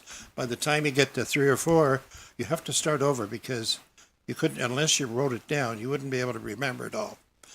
Very difficult. And I know a lot of people that will not participate that. A lot of our older folks, I can guarantee they will not. There were some that didn't come out to vote in Cumbermere last election because there was no poll whatsoever. And they like to go to the ballot box, maybe see their friends, other people are doing it. You know, very, very few mistakes when we use that system. I know when the mail-out ballots happened was to and rightly so, recognize the cottagers, the part-time people that we have here. That was a great system of if they're interested in voting, they could mail it in. Do we now have to do something else for them? I don't think so. Most people, if they're really interested in voting, they're going to do it. So I think I've said enough. I'm not in favor of going just because somebody else is doing it. I haven't had one person call me and say, we need all that extra bells and whistles on our voting system. I think we need less. Yeah, And you know, we've seen the petition. I've had phone calls. You don't get a lot of phone calls at home, especially over something like this. But I have received them, and I'm sure you have too. So I'm in the cost. What I figured out when I added up some of the additional cost, I can't justify that. We have too many other challenges with trying to pay for without raising the taxes to the point where it's beyond the capacity of people to pay. So I'm totally against what's been suggested. Yeah, but the one thing, Councillor Popinski, they still have all those options that you were saying. They can go to Vance polls, they can go to Cumbermere to vote, they can go here and there. This is not being taken away. Electronic voting is something that is for somebody that cannot come to these polling stations. That is very, very, very important. So now we're not taking anything away from anyone. So I think we're kind of in a bind here because I know we were thinking of electronic voting, but maybe this is something that we need to figure out because we need a decision today, which way we're going. Staff needs to know. So I will do Councillor Blank first and then Madam CEO. Thank you to the chair. And I understand all your opposition to it, but I have received many people talking to me on the street in the grocery store saying, yes, that's great. We have to move on and we have to advance. To compare it to Phoenix, which happened many years ago, is not on equal level with it. It is absolutely, totally off from what we are attempting to do. We also always have the options of how we vote, as the mayor suggested. And as far as additional costs, I don't think there are. So I think you need to justify a little bit better. I still support it, and I would go to the suggestion that's already on board, that we go to the 9-day voting or the 10-day voting. It's commencing on the day of the polls in Cumbermere. Madam CEO. If I may, and you know, I'm saying this comment with all due respect. I do feel like I'm in the twilight zone at this point. Yeah. I sat here August 6th, and I have a resolution approving the use of in-person and internet, no telephone. We took that off the table. In-person, internet with tabulators. The request was, let's ensure we give more options to the people to vote. We added the advance poll. We're not taking anything away. I'm offering the same as we always did. When you're coming in for 10 days, you can check if you're on the voters list. We can print you out another card. You can get your paper ballot. You can vote with your paper ballot. So truthfully, right now, I have a council resolution approving to proceed and to authorize the alternative voting method as required and bringing a bylaw to the next meeting. The only thing I can do, if you're not rescinding your bylaw, is bring the bylaw, and then you'll have to, I can enter the discussions that were had today here with the locations and the advance poll, and then have it be turned down there. I don't know, I feel like I'm in a twilight zone. Yes. I don't know what else to bring other than the options are, one, paper only, which is being suggested from the petition, is if you don't live here, you don't vote here. That's what that says. Well, you Go can't back have- to, Sorry. Hang on, Go back. get your That's, cards right. I'm sorry, Madam CAO, that's incorrect what you're saying. well, no, That if may be somebody your lives out of interpretation town, of it, but yes. that's not what that's saying. And that is my interpretation. I'll take that back. And then the other one is just go back to mail-in voting. But what I was advised as the clerk of the last election was, these are the issues with mail-in voting. People have a hard time bringing it back. We had issues with getting them back on time. How else can we get the people that do not live here, give them opportunity to vote? And what I'm bringing forward is internet voting. And the reason we didn't do it before is there weren't that many that were doing it. So, and I've offered the other option. So at this point, this is what is at the table. And I don't know what else to propose. Well, let me take charge here. We have a motion on the table, and I think we should vote on it. And then if it somehow gets defeated, then we move on to another motion of which direction we're going to, because we are not leaving here until we give staff the direction of which way we're going to vote. So thank you very much. Let's, somebody had asked for a recorded vote. Okay, Councillor Sorry, through the chair. What is it that we are doing a recorded vote on? Just what is to be added to the bylaw? Because I already have a bylaw with the alternative voting. Oh, I see. Rescind the current one that you. Yes, so the only way I can rescind this bylaw is if the mover, which was David Schulis, or the seconder, this was a council resolution from the last meeting. Yeah. Yes, so if the mover, David Schulis, and the seconder, Mary Blank, choose to rescind their bylaw, then it is thus rescinded. Yeah, but the thing is, we're not rescinding it. We just made it clear, right? Okay, so that stays on the table. So the direction from this resolution is I am coming back at the next regular council meeting with a bylaw. And in that bylaw would be reflected the discussion we had today with what is to be put for process. Which means there's nothing to vote on today. Oh, sorry, there's a question. Yeah, Councillor Micah. So I'm going to be very clear again. For the internet voting portion, I will not support a portal being open for 10 days. There is an election day. Whoever's going to log on online can log on online on election day. You don't have to log on 4 days before, 6 days before. I will not support that. Okay, so noted. Okay? I won't. There's no reason why you would have to go on 10 days before an election and vote. You can vote the day of. Okay, Madam CEO, where And are maybe we? we should put this on the ballot. We've got time. Maybe we should have a referendum. We're still gonna have an election here, but maybe we should ask the public, put it as a ballot question. Do you support internet voting? That's We're not going to still help gonna me for have this. 2026.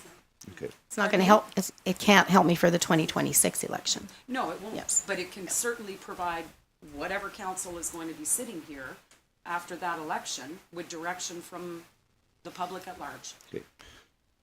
Do you support internet voting, yes or no? It's not complicated. And people can decide.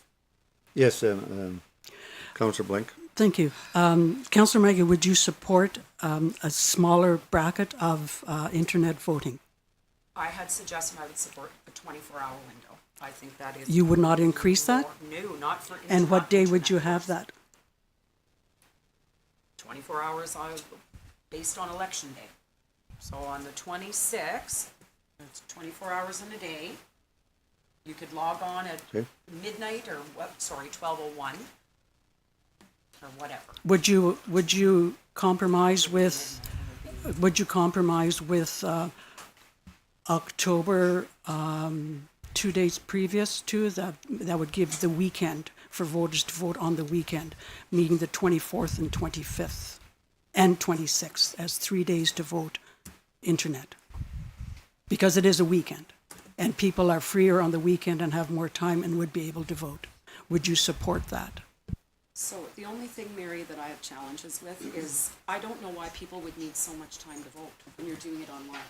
No, it's not the amount of Like I time can it send takes. an email in Yeah. 10 seconds. It's not the amount of time it takes to vote, it's allowing you the extra day or two to vote. Yeah, but if Okay? you're doing It doesn't it take online, long. You've got instant access. You know, but You're sometimes, getting in a car, driving somewhere, no, but, standing in a lineup. but then why do we have advance polls? It's the same thing, a different color, but it's the same thing. So I would go down to supporting a 3-day window of internet voting.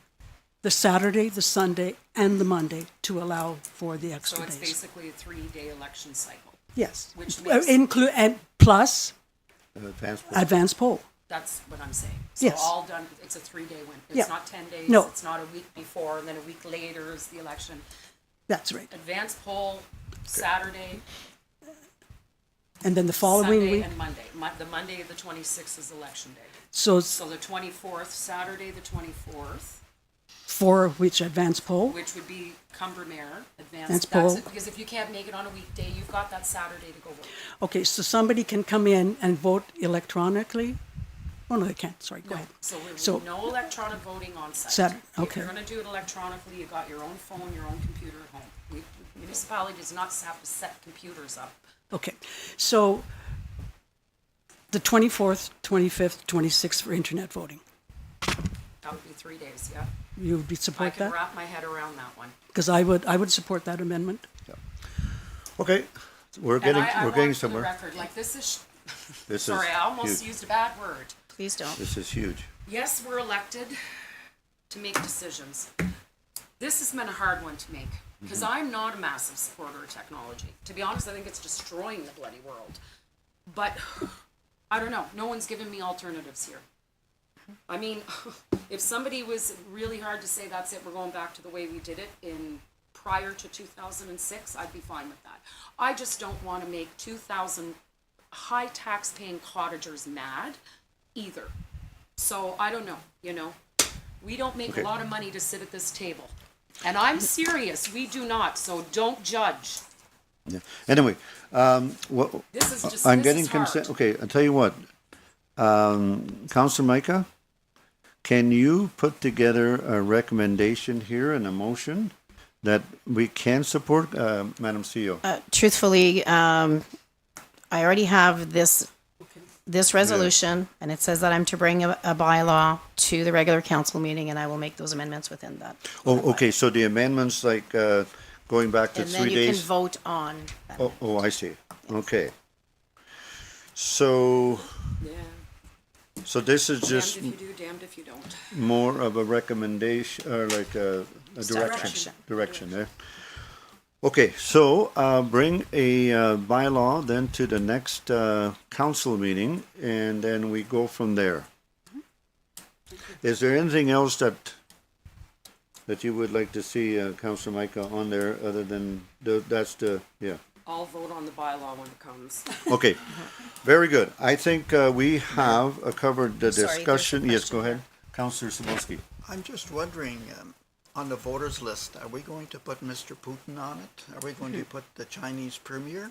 Yeah. And maybe the Venezuelan Yeah, no. president? Are these people going to be on the ballot, or are they just going to be able? already are. Only if they have a property in Madawaska. Okay, so, yeah, this is a good one. I've never been part of something like this here, but I think we're voted to make decisions, and I think that We've made some hard decisions and great discussion on this topic. Madam CEO? Just in closing, Bring the bylaw. just in closing, I do sympathize with council's position, and I do reiterate my frustration as well. And I do sympathize with the position you're put in, but under municipal act, municipal clerk is to make recommendations to council based on the previous elections, and that is what this is. Thank you. Can I just make a comment? Yeah, go ahead, You know Councillor what, Micah. You know, it's all great in hindsight and everything else. And this is hindsight, to be honest. Sitting here today in September of 2025 is hindsight because we have a year. And a lot of this stuff has to happen a lot sooner than 2 weeks before an election. Here's the mistake I think we made as a council. A year ago, we should have been having this conversation, and that would have allowed us a year to reach out truly to the community, whether that be through surveys or whatever, because I believe that the community at large should be able to have some input. It's their election. It's not our election. Maybe it is, maybe it isn't. We may run, we may not, but that is, but it Yeah. is what it is. There's my frustrational level. Yeah. Because I have a lot of answers for a lot of things. This one's a difficult one for me. And that's it. I don't want to even say another word about it. And through the chair, I echo your statement and reiterate that, due to unforeseen circumstances and some of the changes in council and some of the unforeseen, the first report to council was in April. It is now September. Exactly. This was at our table here, and of course there are a lot of changes. Councillor Poplinski, Councillor Stabolski were not at the table, so things have changed. It is what it is at this moment. So I think let's move forward and bring the bylaw to the council meeting, and we'll take care of business. Thank you very much. Thank you. Okay. Any unfinished business? Seeing none, we'll continue. Oh, Where are you, sorry? oh, it's just Oh, the upfront, yeah. 12.3. Yeah, you're good. Thank you, sorry. What? What, you gonna have something? Here. Oh, under there. Okay. All right, regular council portion of the agenda. Confirmation. Right? The regular Am I council miss- meeting minutes. Okay. Oh, yes, sorry. Confirmation of the minutes, 14.1, regular council meeting minutes, August 19, 2025.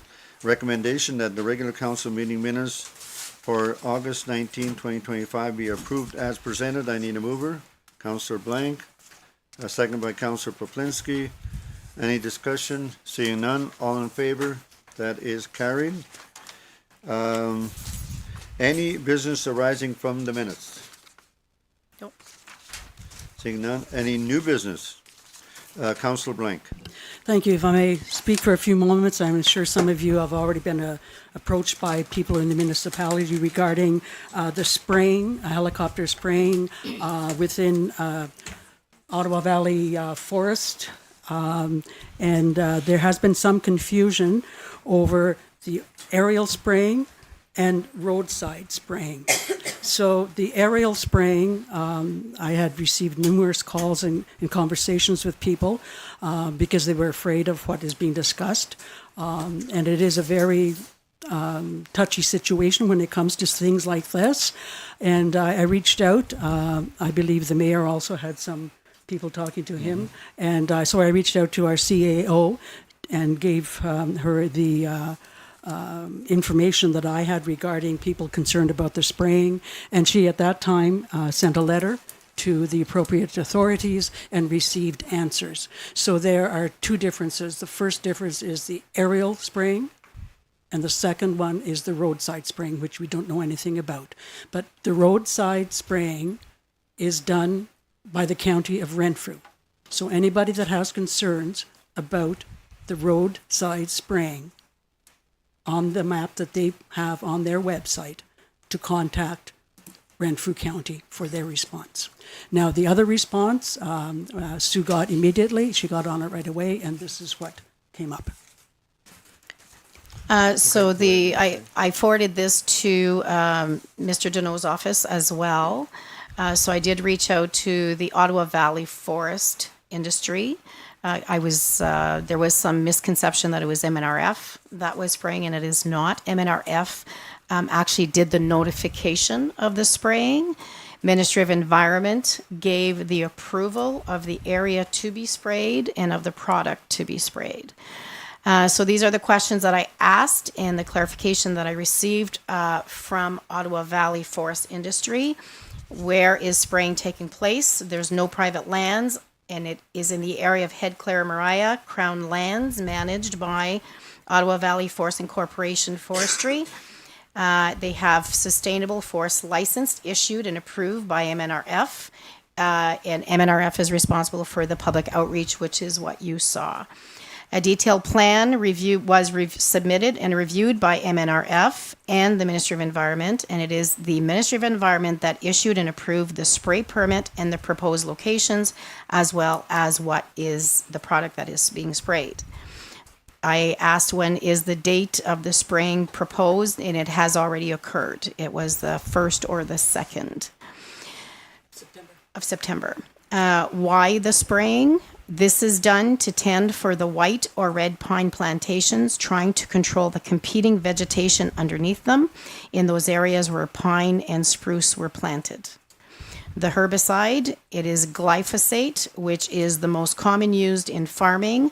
Most would know it as the product called Roundup. It's a different brand, maybe named differently, but it has the same application. Why spray now? Application of the spray is in September to not affect the pine by the spray. Okay, very good. So thank you for that. So if anybody asks, that's the information that's come forward. So thank you. Thank you, Sue. You're welcome.